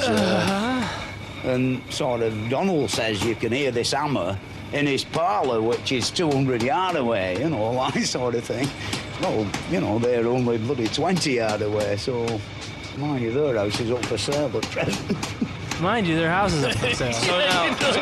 He's causing his neighbor to move. What we are seeing here is incredibly impressive machinery, and it's all painted nicely and everything. I named it Allison because she's noisy as fuck. It takes a while to get going, and the neighbors hate her. And he's doing incredibly detailed. He's smithing. He's smithing. Yeah, with this steam powered workshop, by himself. To an hour that is deemed appropriate. 9 o'clock. No later at than night. 9. Yeah. But I'll be in there doing other shit till 1. But Donald was the guy that you saw. There was one of his assistants. You might have seen him in one of the video where he's hammering away in the snow. He said Donald's 200 yards away. He can hear the hammer going. Yeah. So I don't do it after 9. Jesus Christ. Meanwhile, his family and the family next door, they're right there. They're right there. And he's like, no, it's not after 9 at least. Fine. It's This is, really a guy that just wants like the northern industry like as loud as possible in his life all of the time. Yeah, he wants it to still be. He is kind of the ultimate Northman. Yeah. So like it's kind of wild. So there would be some issues at home, as you can imagine. You think? He wouldn't do any cooking or cleaning or anything in the house. He did expand on the size of the house. He built a new wing. Yeah. And they had to find, because of the age of the house, they had to find brick that was from the time the house was built. Mm-hmm. So they had to go to all these places that were being knocked down. Well, like chimneys? Well, this guy knows this. Also a chimney. They because the new section of the house mostly needed a chimney. Mostly chimney. but they had to find brick from the time, so they had to go all these places that were being knocked down, take the brick from it, and he built the new wing of the house. But Allison would make dinner, and she'd go, Fred, dinner, and he wouldn't show up. And he wouldn't show up. And he'd come in, he'd scarf it down when it was cold, and he'd go back out there. Jesus. And he was just constantly, always, and again, remember, he's a stubborn guy. He would do what he wanted to do, and he just wanted to keep working the shed. Then friends would come around, have pints with him outside. He'd be working, he'd be talking. All of a sudden, a conversation, there'd be 4 or 5 people with him, talking and talking and talking, working on the machine, talking and talking. Allison's in the house with the kids. Yeah. He really is neglecting everything important, isn't he? Well, he wasn't lying when he said that. And that was when they were together. Uh-oh. And, now he's also brought the pub to him, kind of. Yeah. And it's also spewing out fucking smoke. Yeah. The Brought the factory to him. The dirtiest pub in town. And so, it turns out that Allison, she needed more than a tractor named after her. Nice. And she insists that they go to Blackpool for a holiday. Yes. And so you see a scene or two of Fred at the beach. He says, there's talk of eventually later in life of him going to Greece. He goes, what's Greece got from me? Guy like me. No bricks. Yeah. Oh, marble. And his kids are at the beach. Of course, it's Blackpool. It's just cold as shit. Yeah. But so no one's in the water. Yeah. No, if they're anything, it's in there to drown. Yeah. I'm kidding. I spent a weekend in Blackpool. It was lovely. It was lovely. Yeah? It was. It was a very nice time. Bispin. Go to Bispin. It's just north. Wow. No, I was telling you, when I flew into Liverpool, I told my cab driver I was going to Blackpool, and he goes, "Oh, it's a shithole. It's a proper shithole." Oh, my God. I had a lovely time there. Yeah. And there's shots of him at the beach, and his kids want to toss a ball, and and Allison's laughing because she's like, "Oh, this is funny to me," but you can tell Fred is not enjoying. He doesn't a good understand ball tossing. No, he wants to fire a wrench at them. Yeah. But it turns out it wasn't just a vacation. Blackpool. What's this Fred up to? This is a scouting operation. Oh, God. Come on, Wolf, pull on this rope now. So, on a rainy day on their vacation in Blackpool, Fred takes the family out to help him put up some ladders so he can take a chimney down. Loads up the old steam-powered station wagon. Yep. And Starts firing bricks down at the kids. and that's Allison carrying the ladder. Pull on this rope now. Yep. Pull it up. And he says, I'm getting wet. Come on. "I'm getting wet." No. Oh, you hear thunder. Nice tall metal ladder sticking out in the sky. Smart. As you see him, you can see him putting the ladder up there. They're at the pulley system. Keep going. She's wearing some sort of rain suit. Not take so long, this, love, now. Oh, God. Only another 10 minutes. Yeah? Right, we go. One day, we got this phone call, you see, and this chap says, I've got a chimney I want you to knock down. And I said, where is it? And he said, Blackpool. And I thought, well, For holiday. it's too far from home, And he rang again and mentioned the fact that, he was the proprietor of a boiler works, sort of pressure vessel company. Oh, God. So I thought, just the man that we need, you see, because, we were I need just a short of boiler. a new front tube plate for our new boiler on our new engine. So, Oh, God. we popped over one weekend and saw him and sort of showed him the drawing, and he said, right, I'll make you that if you'll knock my chimney down. So that's how we ended up here on our holidays, Oh, my God. And that's the kids in the Fred Dibnah First steeplejack. ma- So, yeah, It's a so big- he conspired to take down a chimney in Blackpool so he could afford a new steam engine. And wrapped it all in the cloak of a family holiday. Right. It's pretty brutal stuff. And then folks. made his really- wife carry the ladders. Yeah, in the rain, in a thunderstorm. You like that? Yeah. Good holiday? You know what? That's I don't a think bad she's going to like it. I don't think she likes it. So you'd be surprised to know that not long after that, Allison asked for divorce. Oh. Fred went to a steam rally one. Yeah, now you got cameras all over you, too? Yeah. Like, add that to the mix. Yeah. Like, Her Kinda, shame and humiliation just- is now, like, on the BBC. She could put up with the horrible marriage and the shame and the disgrace of being With privacy. Yeah, at least she could deal with it privately. Now she's like, this is just a step too far. Yeah. And Yeah, it's a step ladder too far. I wonder how much that exacerbated it, because don't you think A lot. it's pretty much. don't you think also part of the reason this sells on TV is every woman at home going like, could you be married to Fred? Right. And every husband at home going, see, you could be married to Fred. Yeah. So yeah, we'll talk a little bit about that later. I was like, I just like darts. You know? All I do is play little darts now and then. Yeah, I come home. Yeah. So Allison, she took the kids, went on a holiday to Greece, and when she came back, she asked her for a divorce. Shit. And then sometime after that, Fred went to his steam rally, and when he came back, they had all moved out. Ooh. And Tale as old as time. And so he was pretty down about it. He started having to go to the supermarket. Oh. Oh my God, he was such a savant for steeplejacking that he couldn't play ball Yeah. or shop. Yeah. Or cook dinner. Right. Anything. Oh my God, this is awesome. And so so he really struggled having to Live a normal life. Eating food he made. And Yeah. It was a lot sadder to see him go by at 4 miles an hour when he's just got like a few bags of shopping with him. And he's not triumphantly holding a pint glass, announcing what a pain in the balls he is to the globe around him. There's no latchkey kids hanging out of the back of his wagon. Yeah, that was just packed with depressing single man groceries. The kids are jumping up and nicking out bags of chips. Yeah, it's chips, pickles, crisps. Excuse me. Crisps, pickles, and pints. Yeah. Yeah. Oh, God. Some canned ham.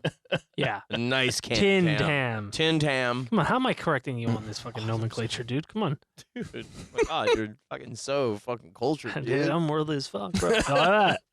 And all that. And all that. But maybe he spent more time at the rallies or working on his. Yeah, getting radicalized at the steam rallies.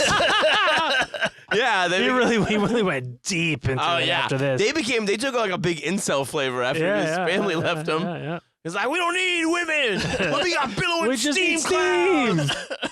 Steam is our god now. Look at it rising above us. Where does it go? Inside us. We all boil down here. I'm gonna have my workshop create some kind of steam woman. You'll see. The steam powered wife. The first of its kind. And she runs on piss. And she loves it. Oh, God. Clack. The steam rallies are wild. Dude, it gets pretty nuts there. Yeah, they start really peddling a lot of alternate theories. Yeah. Steam-powered vaccines. Yeah, dude, don't even get me started. Dude, yeah, it's a good time. Yeah, part of me feels like you're not wrong. Steam-powered AI. Steam-powered Fucking Shit, she ran out of piss. Quick, fellas, to the boiler. Yeah. He goes, now, actually, when she's pissed at me, steam is supposed to come out of her ears. That's normal. That's where the phrase comes from. She's pissed at me. So Fred is he's single for about a year or so. If you ask me, he was single the whole time. So after a year or so, he meets this lady named Sue, and of course there's eventually a camera crew to record her impressions of meeting him. Oh, she does an impression of him? I met Fred at a big steam rally in Cheshire. Oh, boy. It was in the middle of all the divorce problems and everything. And Fred was, in fact, very drunk. He looked awful. He was sad and miserable. Quite a pathetic sort of figure, really. None of the bounce that people sort of knew him for. Anyway, he invited us to a big chimney felling, and it was the one at Oldham, the one that he nearly brought down on the top of all of us. Holy fuck! Oh my God! Holy He's shit! depressed. I fucked up. Like that. And then he blows the klaxon afterwards like it's a joke. Then you work your camera. Well done. Congratulations. Oh man! You see that face he made there? Yeah. Same face he fucking No, he looks none too plus. Yeah, he not a was big just fan. trying to be like, hey, I meant to do that, Yeah. guys, right? Yeah, so that one, folks, just kind of like it didn't go down in the direction it went. It just kind of came straight down, and Which is they nice. They sort of had to haul ass out of there. It wasn't, I don't think, desperately dangerous. No, I mean the chimney as it fell, it kind of fell in on itself you know, a little bit. yeah. So, which is good. Yeah, maybe he figured out a new way to fell chimneys. It didn't seem like it because you're supposed to ring the whistle right before it comes down. He even forgot to blow the Well, whistle. it's happened. There's multiple videos of chimneys coming down with Fred where shit. he notices a little too late that it's coming down. He runs out and doesn't have the time. You guys. It's every man for himself. And Can't you blow while you're running? No, John, you're trying to run. This man's not an athlete. Jesus. I know he's a house and cigarette. He could climb a ladder and blow. Yeah, but he can't run. God. So with Sue, she moves in. Sue? Yes, that's the new woman. That was the one you just saw. That's who we just saw. So she's about 20. She's calling him pathetic. She's about 20 years younger. Yeah. Yeah, she looks a lot younger. Oh my God! Yeah. But he's famous. Yeah. And he gives her a tour of Now the here's workshop. the thing. Here's the thing. She knows exactly what she's getting into. Yes. Everybody knows the deal here. Yes. That is. It's a. Yes, that's a very good point, John. Still though, the country knows. Yeah, the whole He won a BAFTA. No excuse. And she still is into him. He gives her a tour of the workshop, and the passion, right? And what was her name? Sue. Allison was the first one. He did change the name of the roller to Betsy after his mother. Not yet. Maybe one day. Yeah. And with his first wife, he had 3 daughters. But with Sue, he ends up having 2 boys. And they take to the workshop like gangbusters. The boys do? Yeah, Jack and Roger. Jack's the first one, Roger's the second one. Oh, man. And eventually, when they got older, they would start helping him out. But they would, as a kid, they're going like, "Oh my God, look at these machines!" Right? As, it's nuts. As any kid seeing machines working like that, it's insane. Yeah, your dad's like fucking Willy Wonka out there. Yeah. Gears The fuck is he doing? And you go like, nobody else does this. Yeah. And they're like, what? Cool. And you're like, yeah, nobody else does. It's really weird. This is 100-year-old technology. Yeah. Totally not necessary. Other kids take a car to school or a bus with wheels, with rubber. I have a thing that runs cars over. Yeah. Mm-hmm. And with Sue, she helps him update his wardrobe, get some clean clothes to wear in public. Because he started making public appearances. Just wearing his overalls and shit. Yeah, well, like she said, she was invited to the Fred Dibnah Appreciation Society. Yes. And Fred... There's a Fred Dibnah Appreciation Society? Of course there is. There was. The pathetic figure Fred Dibnah. There was then. Because he basically courted her by inviting her to the society. He was in a good mood then. Yeah, I've got a society named after me, hon. You like that? He's showing up with this young lass, She's 20 years younger. He's probably about 50 now. God, what's wrong with her? Celebrity, Aaron. Well, I mean, for some people, it's John Stamos. Do you think? Yeah, but look at John Stamos. No. Do you think she's a good influence on him? She is. Yes, absolutely. She updates the wardrobe. She gets him to cut down on his drinking and to stop smoking. Oh, no way. She says that. Well, she does a thing where she says when he doesn't smoke, she gets him a present. What kind of present? My God! Yeah, Matt. John. Well, she brings the chimney down. She can't dangle sex in front of him. He's got that steampunk sex. And that thing runs. Oh God! You see the pumping action on that? The gear's caught again. Oh God! Liam, get the oil can. Oh. But he gets a little gold pocket watch chain thing. And, nice. Sexy looks. But he's ready for the disco now. Yeah. Well, too bad Blackpool still doesn't have one. Or Bolton. He gets a new flat cap for public appearances. Good. Doesn't but smell he's like fucking charcoal. He's still wearing his original one, and there's a joke that always goes on where people ask him what the flash point of his flat cap is, and It is soaked with oil constantly. One time it did give him, he had to stay in bed for a week because It fucking poisoned him. when he was working once, it fell into a puddle full of, he says at one point dead pigeons, another point pigeon droppings. I imagine it was the droppings. And he wrings it out and puts it back in his head. He gets a little, Absorbs into the scalp. skin thing over the top of his head. He's in bed for a week. Unacceptable. He does have a nice mustache at this time, which is fun. That's cool. Yeah. That's nice. He's really, Allison's helping to mix it up. That's Yeah. good. He's still wearing a fucking shit-soaked oil hat. Yeah. Well, see, the thing is, Aaron, This is how hatters go mad, right? Like, That's true. Yeah, bird shit and oil brought us to this. the thing is, you got to remember, is that he's kind of an old school sort of guy. Yeah, he's set in his ways. Those rallies, Yeah. really. And so, this is something that was recorded before he met Sue. okay. I mean, now there's more time for looking beautiful than ever, isn't there? Because all the modern tattle, washing machines, dishwashers, fancy cookers, microwaves, even record machines you don't have to get off your bum for to make go, But, I mean, there's none of this winding it up with the handle now, is there? Like they did. There hasn't been for 50 years, Fred. Rights thing now, isn't there? I mean, Wait, hold on. never get any of them done like they did. It's like this equal rights thing now, isn't there? I mean, never get any of them down pits or at top of a factory chimney, do you? No way.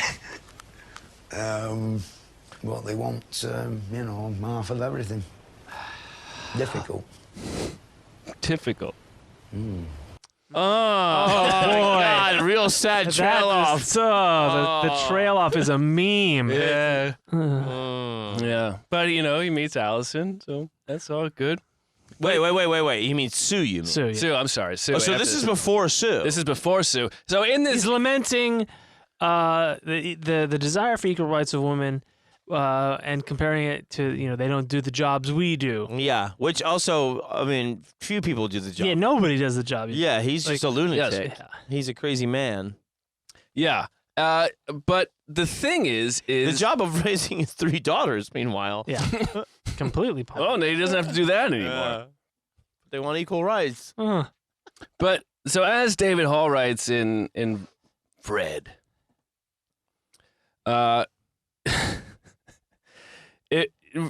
Fred, he spoke this language that people in England, I mean, even anybody, as the generations change, older people are going, that guy, he cares about the old England, and he's saying the things that I still agree with. Oh, my God. And so, it helps with his TV following. Who older people are watching these programs, they're going, he made a good point about the washer and dryer. The equal rights thing. He starts out saying it's easier than ever to look good. Right. Yeah. And he's almost lamenting it. Yeah. Because I think the pride in the work of having to. Yeah, right. I mean, that's not like he cared before. He has a shit oil-soaked hat. No, but he's right. We just used to have to scrub longer, and maybe it was meditative and good. And it kept the women busy instead of thinking about equal rights. Well, I think it kept everybody busy. Yeah, but he says cooking machines, laundry machines, dishwashers.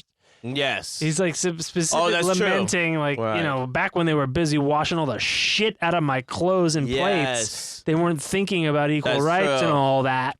That's true. I thought he was just lamenting. Now they're getting pretty and uppity. I thought he was just lamenting that, like, we all used to have to physically work more. He might be, but I'm choosing to believe. No, I think you're right. I think. Maybe. I think. I don't know. Maybe not. No, because it led exactly there. You're right. Right, well, thanks, John. Dishwashing, washing clothes. You're right. Fancy cookers and all that.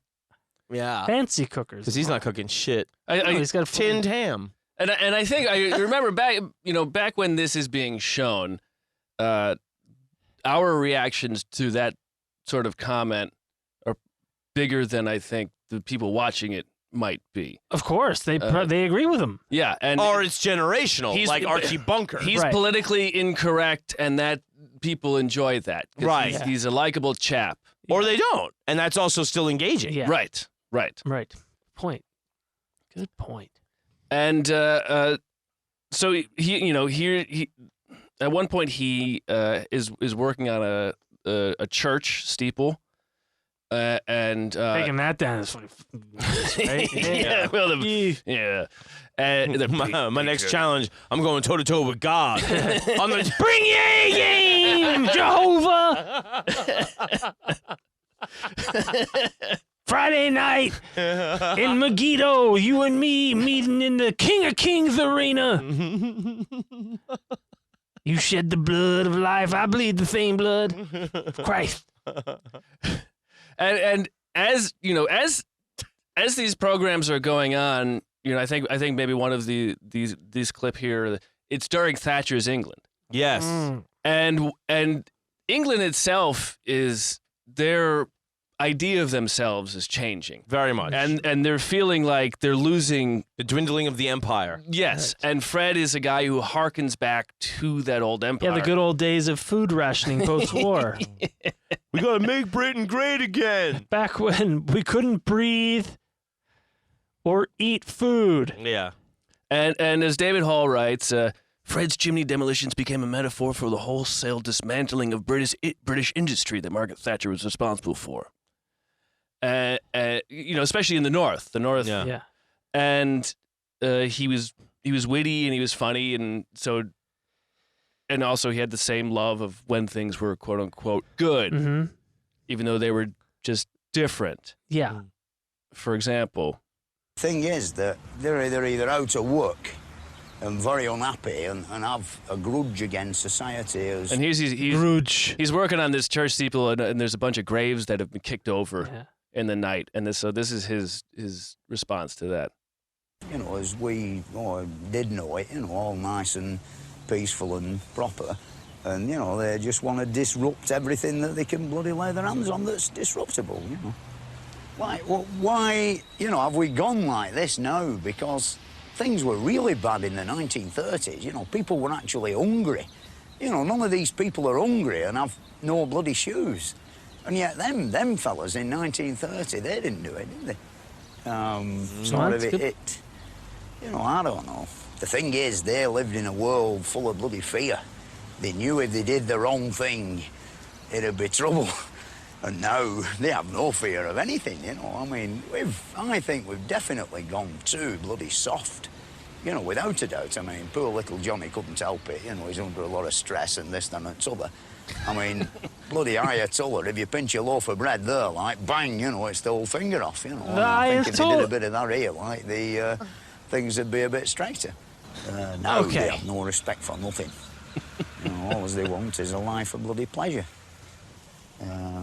Difficult.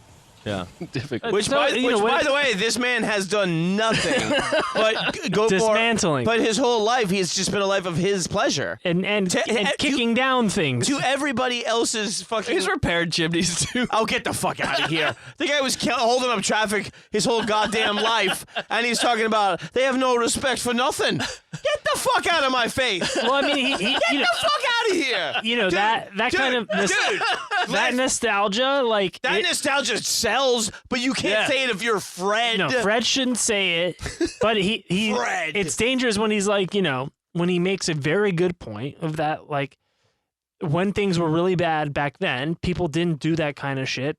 Mm-hmm. But then he goes, you know, they need more fear, and then, you know, praising the, a theocratic regime. Yeah. And then, you know, it's just like, that's just not it. No. But you can be like, yeah, people didn't do that back then, and, you know, why was we never mind the bollocks? Also, no, you know what else? Reporting those things went up. Yeah. Those things still happen. Yes. Bad people still rip things off. You could get away with crimes. Yeah. Oops. Yeah. Oh, some guy turned up dead. Yes. Bye. It just didn't make the news. It just didn't make the news that way. Yeah. And it's always over. People just got away with it. Yeah. And in a consumer society, fear reporting sells, and it always goes up. Yeah. And selling those ideas of the world's going to hell and all that shit sells. But coming from this guy is so fucking rich. Yeah. You didn't raise your children. Yes. All you did was drink. Right. Break shit. Yeah. And make noise. And And put out smoke. your neighbors. Yeah. And like you were get the fuck out of my face. You were just a different kind of brat. You were a singular kind of brat that the the entire society had to pay for with patience. They did On make a an di- appreciation society, though. Oh, well, yeah, because if you're a big enough pain in the balls, people come see the big pain in the balls. Yay! Right? I don't disagree. Come see the big pain. You won't believe what a big pain in the balls he is. Well, That's the fucking appreciation. Yeah. You know, this guy, he's a fucking... You gotta appreciate what kind of pain in the balls this guy is. Yeah. It takes a lot of time to be this singular. Well, so the interesting thing is that there is that part of Fred that is you asking him about culture and that sort of thing, and it's a Stick terrible. to what you know, Fred. But No, it's selling. at the same time, the reason he has those beliefs is the same reason that he is such a proponent of all of the Victorian shit that is going on. He loves the steam engines and how things were built back then. Yeah. And because He is like seriously like Man at a time. yeah, and Oh, yeah, and or just like a fucking weeb of Yeah. steampunk Yeah, culture. he's the guy that only listens to vinyls now. Yeah. I mean, I don't think he would like steampunk culture because what he was doing wasn't steampunk. It was just steam. Yeah. It was. So he might find some of the chicks hot. Yeah. I mean, how could you not? Yeah. What with those weird pigtails? He'd like and that. He would be into leather. Yeah. jerkins. Yeah. Or some of the dudes. too, Jerkins. Yeah. That's what he's doing. Yeah. Oh my god. But because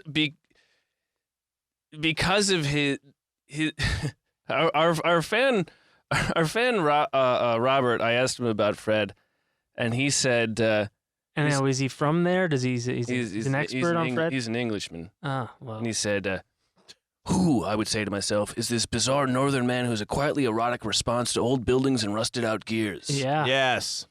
And it was that, the comments about culture would come and go. Those are small parts of the programs. Mm-hmm. The big thing was Also very telling at what point in his life it is. Is that Yes. Is that divorce, Fred? that Because that's the thing too. that is divorce, but with Sue. but with Fred. Sue.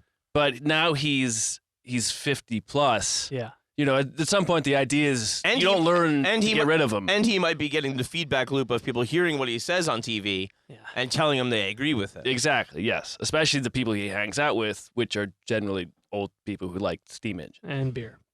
And him. Yes, but because of his excitement and his appearances on television, and there's more documentaries, the growth of interest in steam engines and steamworks, and it goes up, it blows up. Uh-huh. He starts to get hired to restore boilers. There's a steam preservation society in England.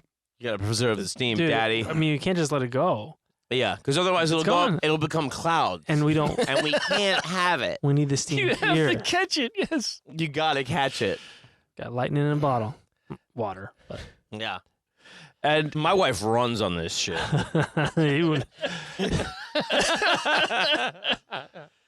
The steam femme.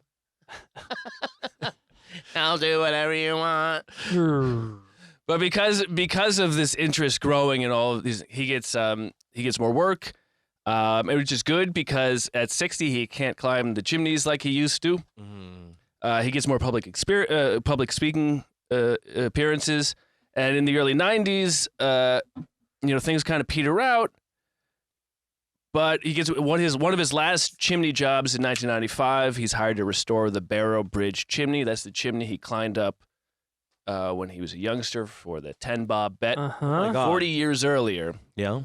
And he climbs up it, and it's one of the last chimneys he climbs up. But more and more time of his would be spent in that workshop. And it was hard to get him out of there. Strangers would show up because now he was famous. Strangers would just show up, and they'd come in, and he'd give them a tour or talk their ear off. And Yeah. Okay, Fred.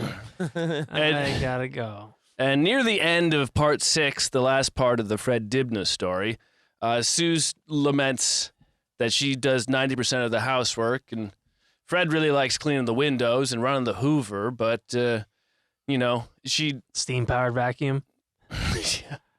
she didn't expect it would be this sort of thing. And Oh my God! Yes, you did. You made the bed, lady, literally. Yeah. Now lie in it. And in 96, she meets another man and leaves.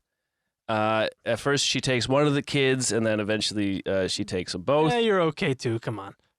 Oh my God. I'll take one of you. Yeah, the cute one. She breaks the fucking pool cue in half and says, "Dry out."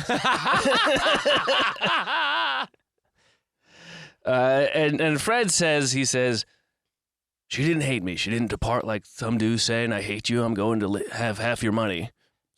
And all that. She went away from here saying, I don't want your antiques. I don't want your house. I don't want any money. And I'll not leave you in the shit with all the books and typing. I'll get somebody to do that all for you. What she did do is take my lads away from me, and I can't forgive her for that. Damn.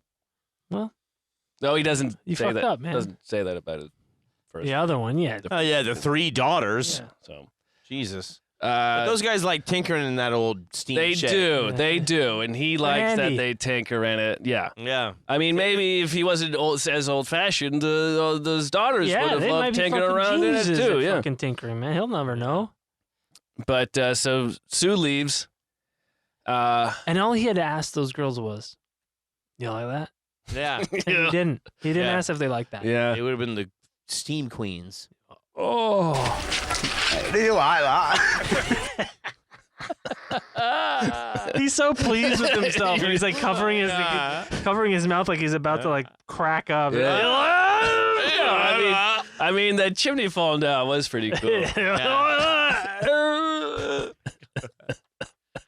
And but in '97, David Hall, the author of this book, who had worked on some of the Don Hayworth series, he meets up with Fred and they swap stories. And David has this idea. He says, there's not going to be any more documentaries about you, but your enthusiasm might make you a good presenter.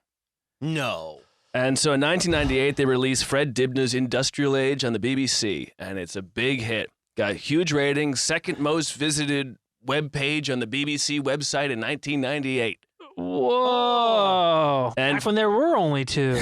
yeah, and Fred becomes a huge known name celebrity because as a old machinery evangelist. as a presenter, he's now doing English history. Fuck, that's No wild. way. Yeah. Holy shit. And he had trouble being doing scripted stuff. He was very good spontaneous. He never understood that they had to do another take, and he had to memorize the lines. And Yeah. he was really bad at pronouncing Scottish names. Hall jokes that he doesn't think Fred realized that Scotland was a country, Probably not. or didn't want to believe. Yeah.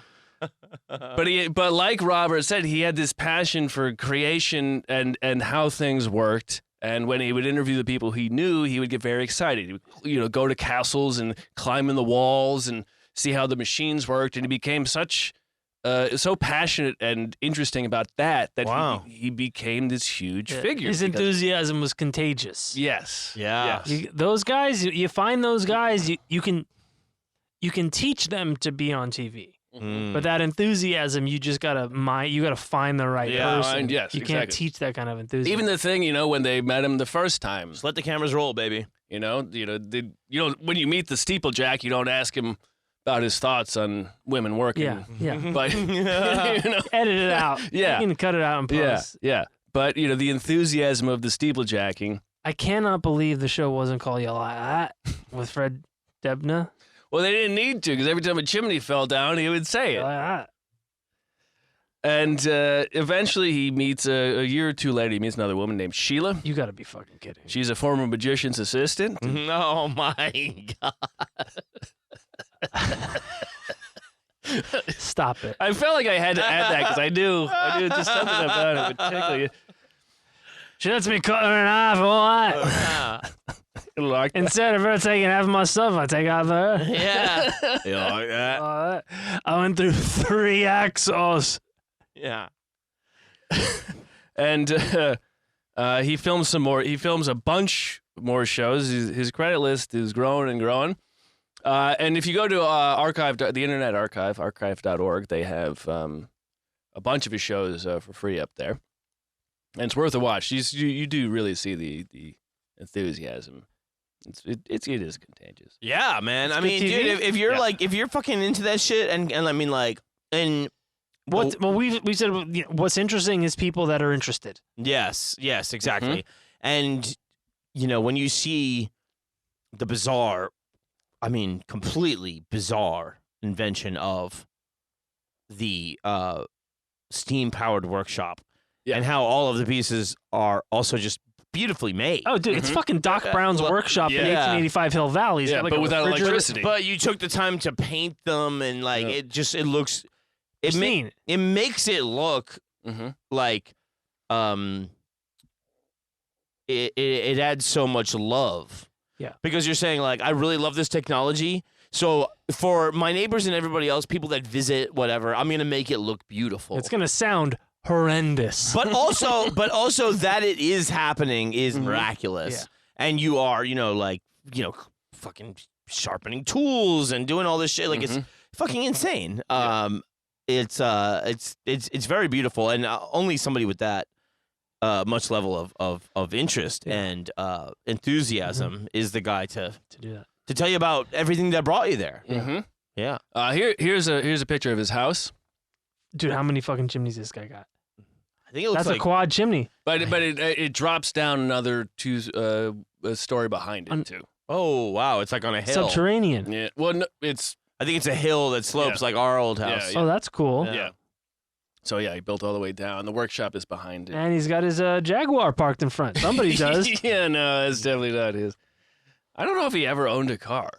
Well, he talked about having the Land Rover. Well, he would drive the. He did say about having a Land Rover. Oh, that's right. I'm sorry. No, he did own the. That was before he upgraded to the steamroller. Right. Well, that was the ladder car with the ladder sticking out the back. He also must be interested in regular old engines if he's this interested in steam engines. No, John, those are ants play with those. You would never sell out. Yeah, ants. Yeah. So he makes a bunch more shows. Wow. Fred Dibnah's Building of Britain was 2001. During the filming of that, he has abdominal pains. He's diagnosed with malignant tumor in his right kidney. They take the kidney out. He gets chemo. He's cancer-free. Does a few more projects.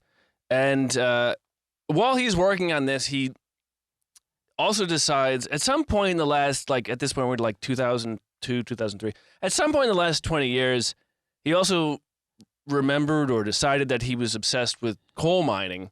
And he builds a mine shaft in his backyard. It only goes down 20 feet, but he lines the whole thing with bricks. He has the mine shaft head. He took the chimney subterranean. Yeah. Yes. As above, so below, as they say. Yeah, you like that. I was thinking, why does the chimney only go up? Yeah. Upwards.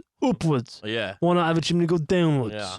Here's not a good accent. I'm sorry. Here's a picture of his backyard with that's the. Oh, it looks so much fun. That's the pit head there. Holy shit! And I'll show you that the pit they built here.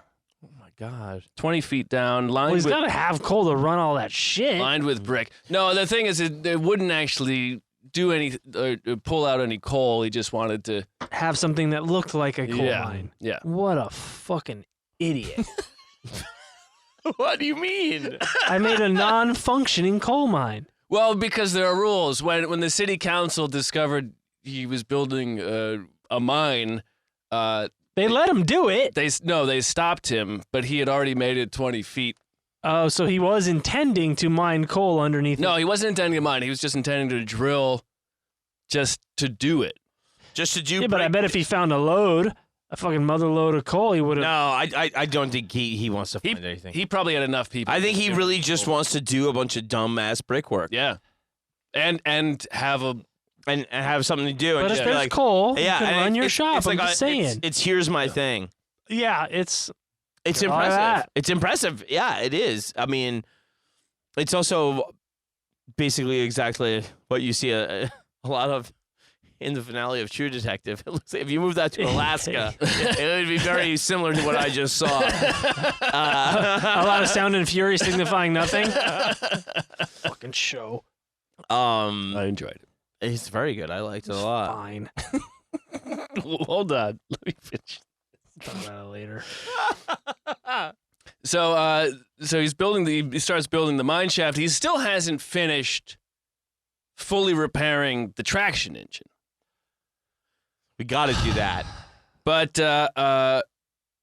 he in 2003 he's diagnosed with cancer again. This time he's given 10 months to live. So this time he's convinced by his friends to give up the mine shaft and finish the traction engine. We can't drive a mine shaft, buddy, after you're gone. Yeah. And they had an intervention. Yeah, so we need that. You need to abandon the shaft. The shaft to nowhere project? It's going nowhere. It's going nowhere. But that traction engine, Daddy, we can, head to steam rallies. Yeah, that mine shaft is going nowhere fast. And that traction engine is going somewhere real slow. And we gotta have it. We need it, dude. We gotta have it. Put some cool little brass stuff on it. Hope it doesn't get stolen. Yeah, we'll tow your fucking coffin all the way to the cemetery where there's knocked over headstones. Yeah. Love it. Be a huge inconvenience. We'll do it at a funeral procession. Yeah. Speed. So it'll actually be half speed of what we would normally go at. We'll have the little So it actually flags that just say funeral.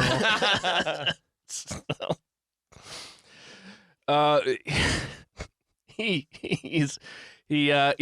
does finish the traction engine. He would always joke that the traction engine, it took him 23 years and 2 wives to finish. Don't have to bring that up. Don't have to bring that up. Well, he's dying, John. Yeah. And I think it was 10 months. And he finishes it in January of 2004. He's appointed a member of the Order of the British Empire. What? For services to heritage and broadcasting. Does that mean he's knighted? And Is he Sir Fred? I think it's less. yeah, I don't think he's knighted, but he's Yeah. it's a what's the This is the way they keep it posh. Yeah. Like no northern chimney man is getting a knighthood. He'll get That's we'll give him a coal That mine. is really them still being cunty. Yeah. I mean, give him a fucking knighthood if you're gonna give him that bullshit. Yeah, I should have double checked that. Guy was but scurrying up fucking shit with no fucking rope. it doesn't seem like he's on the level. Sir Fred of Bolton. Yeah. Ah, yes.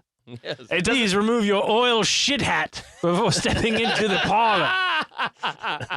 Yeah, I imagine he's not invited to the same parties as Judi Dench. Yeah. So it's, Oh yeah, no, he made it vicar height, and that's it.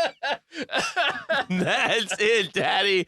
You're not gonna be the Lord. Yeah. You know what I mean? Your lordship Bolton. No, Yeah, he's not exactly Roos, if you know what I'm talking about. Yeah, the bird shit infected my head because I don't wash my hat. My gray matter's turned white from the bird shit. Yeah, yeah, Judy, you're buying this round? yeah. You guys got this right. You guys, I like you guys. Anyway, this one chimney was a big motherfucker, right? Oh, yeah. I met you guys tonight. A few months later, he gets to meet the Queen, to get his award from the Queen. The initial plan was to She just went, drive the traction engine into the palace grounds. no. But you'd be surprised that the Royal Parks Academy did not let him.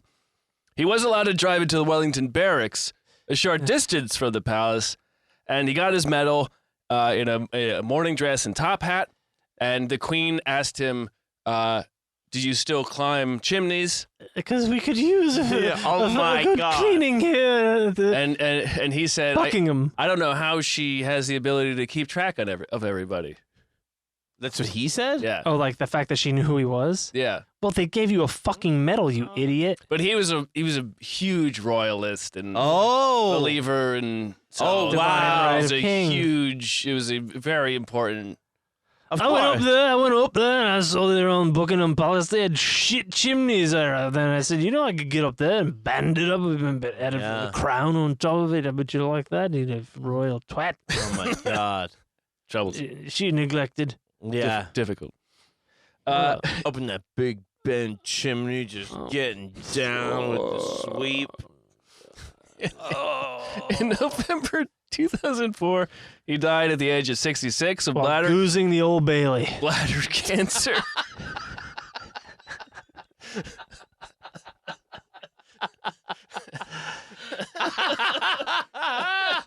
They call me Guy Fawkes. Yeah. Yeah. He's down in the London dungeon at the bottom in the chimney part. Just soaking his hat in the shit. Ugh. He's the guy in the suit rubbing. Yeah. Dude, yeah. In the privy. Yeah, in the London dungeon septic tank. A lot of good shit down here. Look, I found myself some bike wheels. I don't know how she remembers me. Maybe it's the smell, dude. Yeah. And his son Jack drove the steam engine through Bolton. Fred's coffin behind it. He did. Yep. Of course they fucking did. In 2008, the city of Bolton erected a 8-foot bronze statue of him in the center of town. With his tongue out like this. Let me see. Let's find the picture for you. He's got a fucking statue. 8 feet tall in the middle of town. Yeah. He's a legend. Yeah, man. Yeah. You know, He can't deny, man, this guy did some fucking wild ass shit. Oh, he's got the weather vane. And, you know. Looks nothing like him. He was a celebrity. He was a celebrity, but in a way that they say, quote unquote, he earned it. He definitely earned it. Fuck yeah, brick by brick, man. Exactly, Absolutely. Yeah. So? No, when I saw this video, the first video that you showed of him taking one down, I think it was on Reddit maybe a year or so ago. Oh, okay. And it was just an old art, maybe one under artisan videos or something like that, you know. Mm-hmm.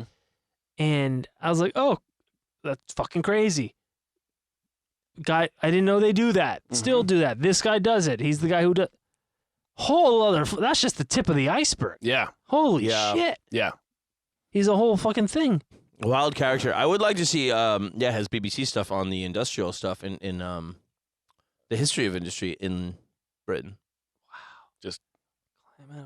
I mean, that's a fucking giant. Dude, he's free climbing a 250. Well, it's not free because it's a ladder. Yeah, but he's not. But this is also part of it too. Is that doing this kind of thing symbolizes also a lot of that bravery in the face of the Blitz. Yeah, There's like a lot of resonance there where it's just like I got a job to do and I'm gonna do it. Very stiff upper lip, British stuff. And he was born in '38, so when he grows up, that's in his face. Right? Yeah. Do you like that? Fuck you. When you show that Steve climbing up that smokestack and he goes in it, I just like to think that he built a fucking swirly slide all the way down. If only he should have. Yeah. God. But you're right here with the joy of that clip where he says you like that. It is. I mean, he is really. He gets delighted. He gets all of the. There's tons of people watching this thing come down. There's nothing fucking going on. There's no disco. And there's tons of people. Stop the disco. Fucking asshole. It's fucking one smokestack having town, not a disco in sight. Build a better town in my sleep. But he is mobbed. Yeah. Mobbed after this happens. There's tons of people there. People applauding the death of an entire industry. But I mean, things are replacing it. And so he's helping safely remove the old. It also has let's be real. It has some of the trappings of an Evel Knievel show. Absolutely. And he mentions about climbing. He says, "Oh, that guy that flies over the cliffs and everything." And yeah. He's like, I have my own sort of thing. Exactly. You like that. Exactly. Except it's like folksier. Yeah. And then you go to the pub with him. Yeah, it's the most folksy Evel Knievel you could. Yeah. He's Northwestern Evel Knievel. Yeah. He climbs some shit. Takes it down. Smokes a bunch of heaters. Yeah. And lights some tires. Lights some tires. Yeah. And then it comes crumbling down, and there you go. Yeah, it's like a gray, colorless, like a black and white grayscale, pollutive. Yeah. Soot covered. Evel Knievel. Yeah. Yeah, like Evel Knievel. Great guy. Good guy. really good guy, Evel Knievel. Well, we haven't done him yet. No, yeah. Piece of shit. Well, his name's Evil. He's actually has worse views. This is true. Oh, does he? Yeah. Really? Yes, he said Like, I can make this jump? no, like some of his worst views are predictions he made. I'll be fine. Yeah. Walk it off. All right. Is that it, man?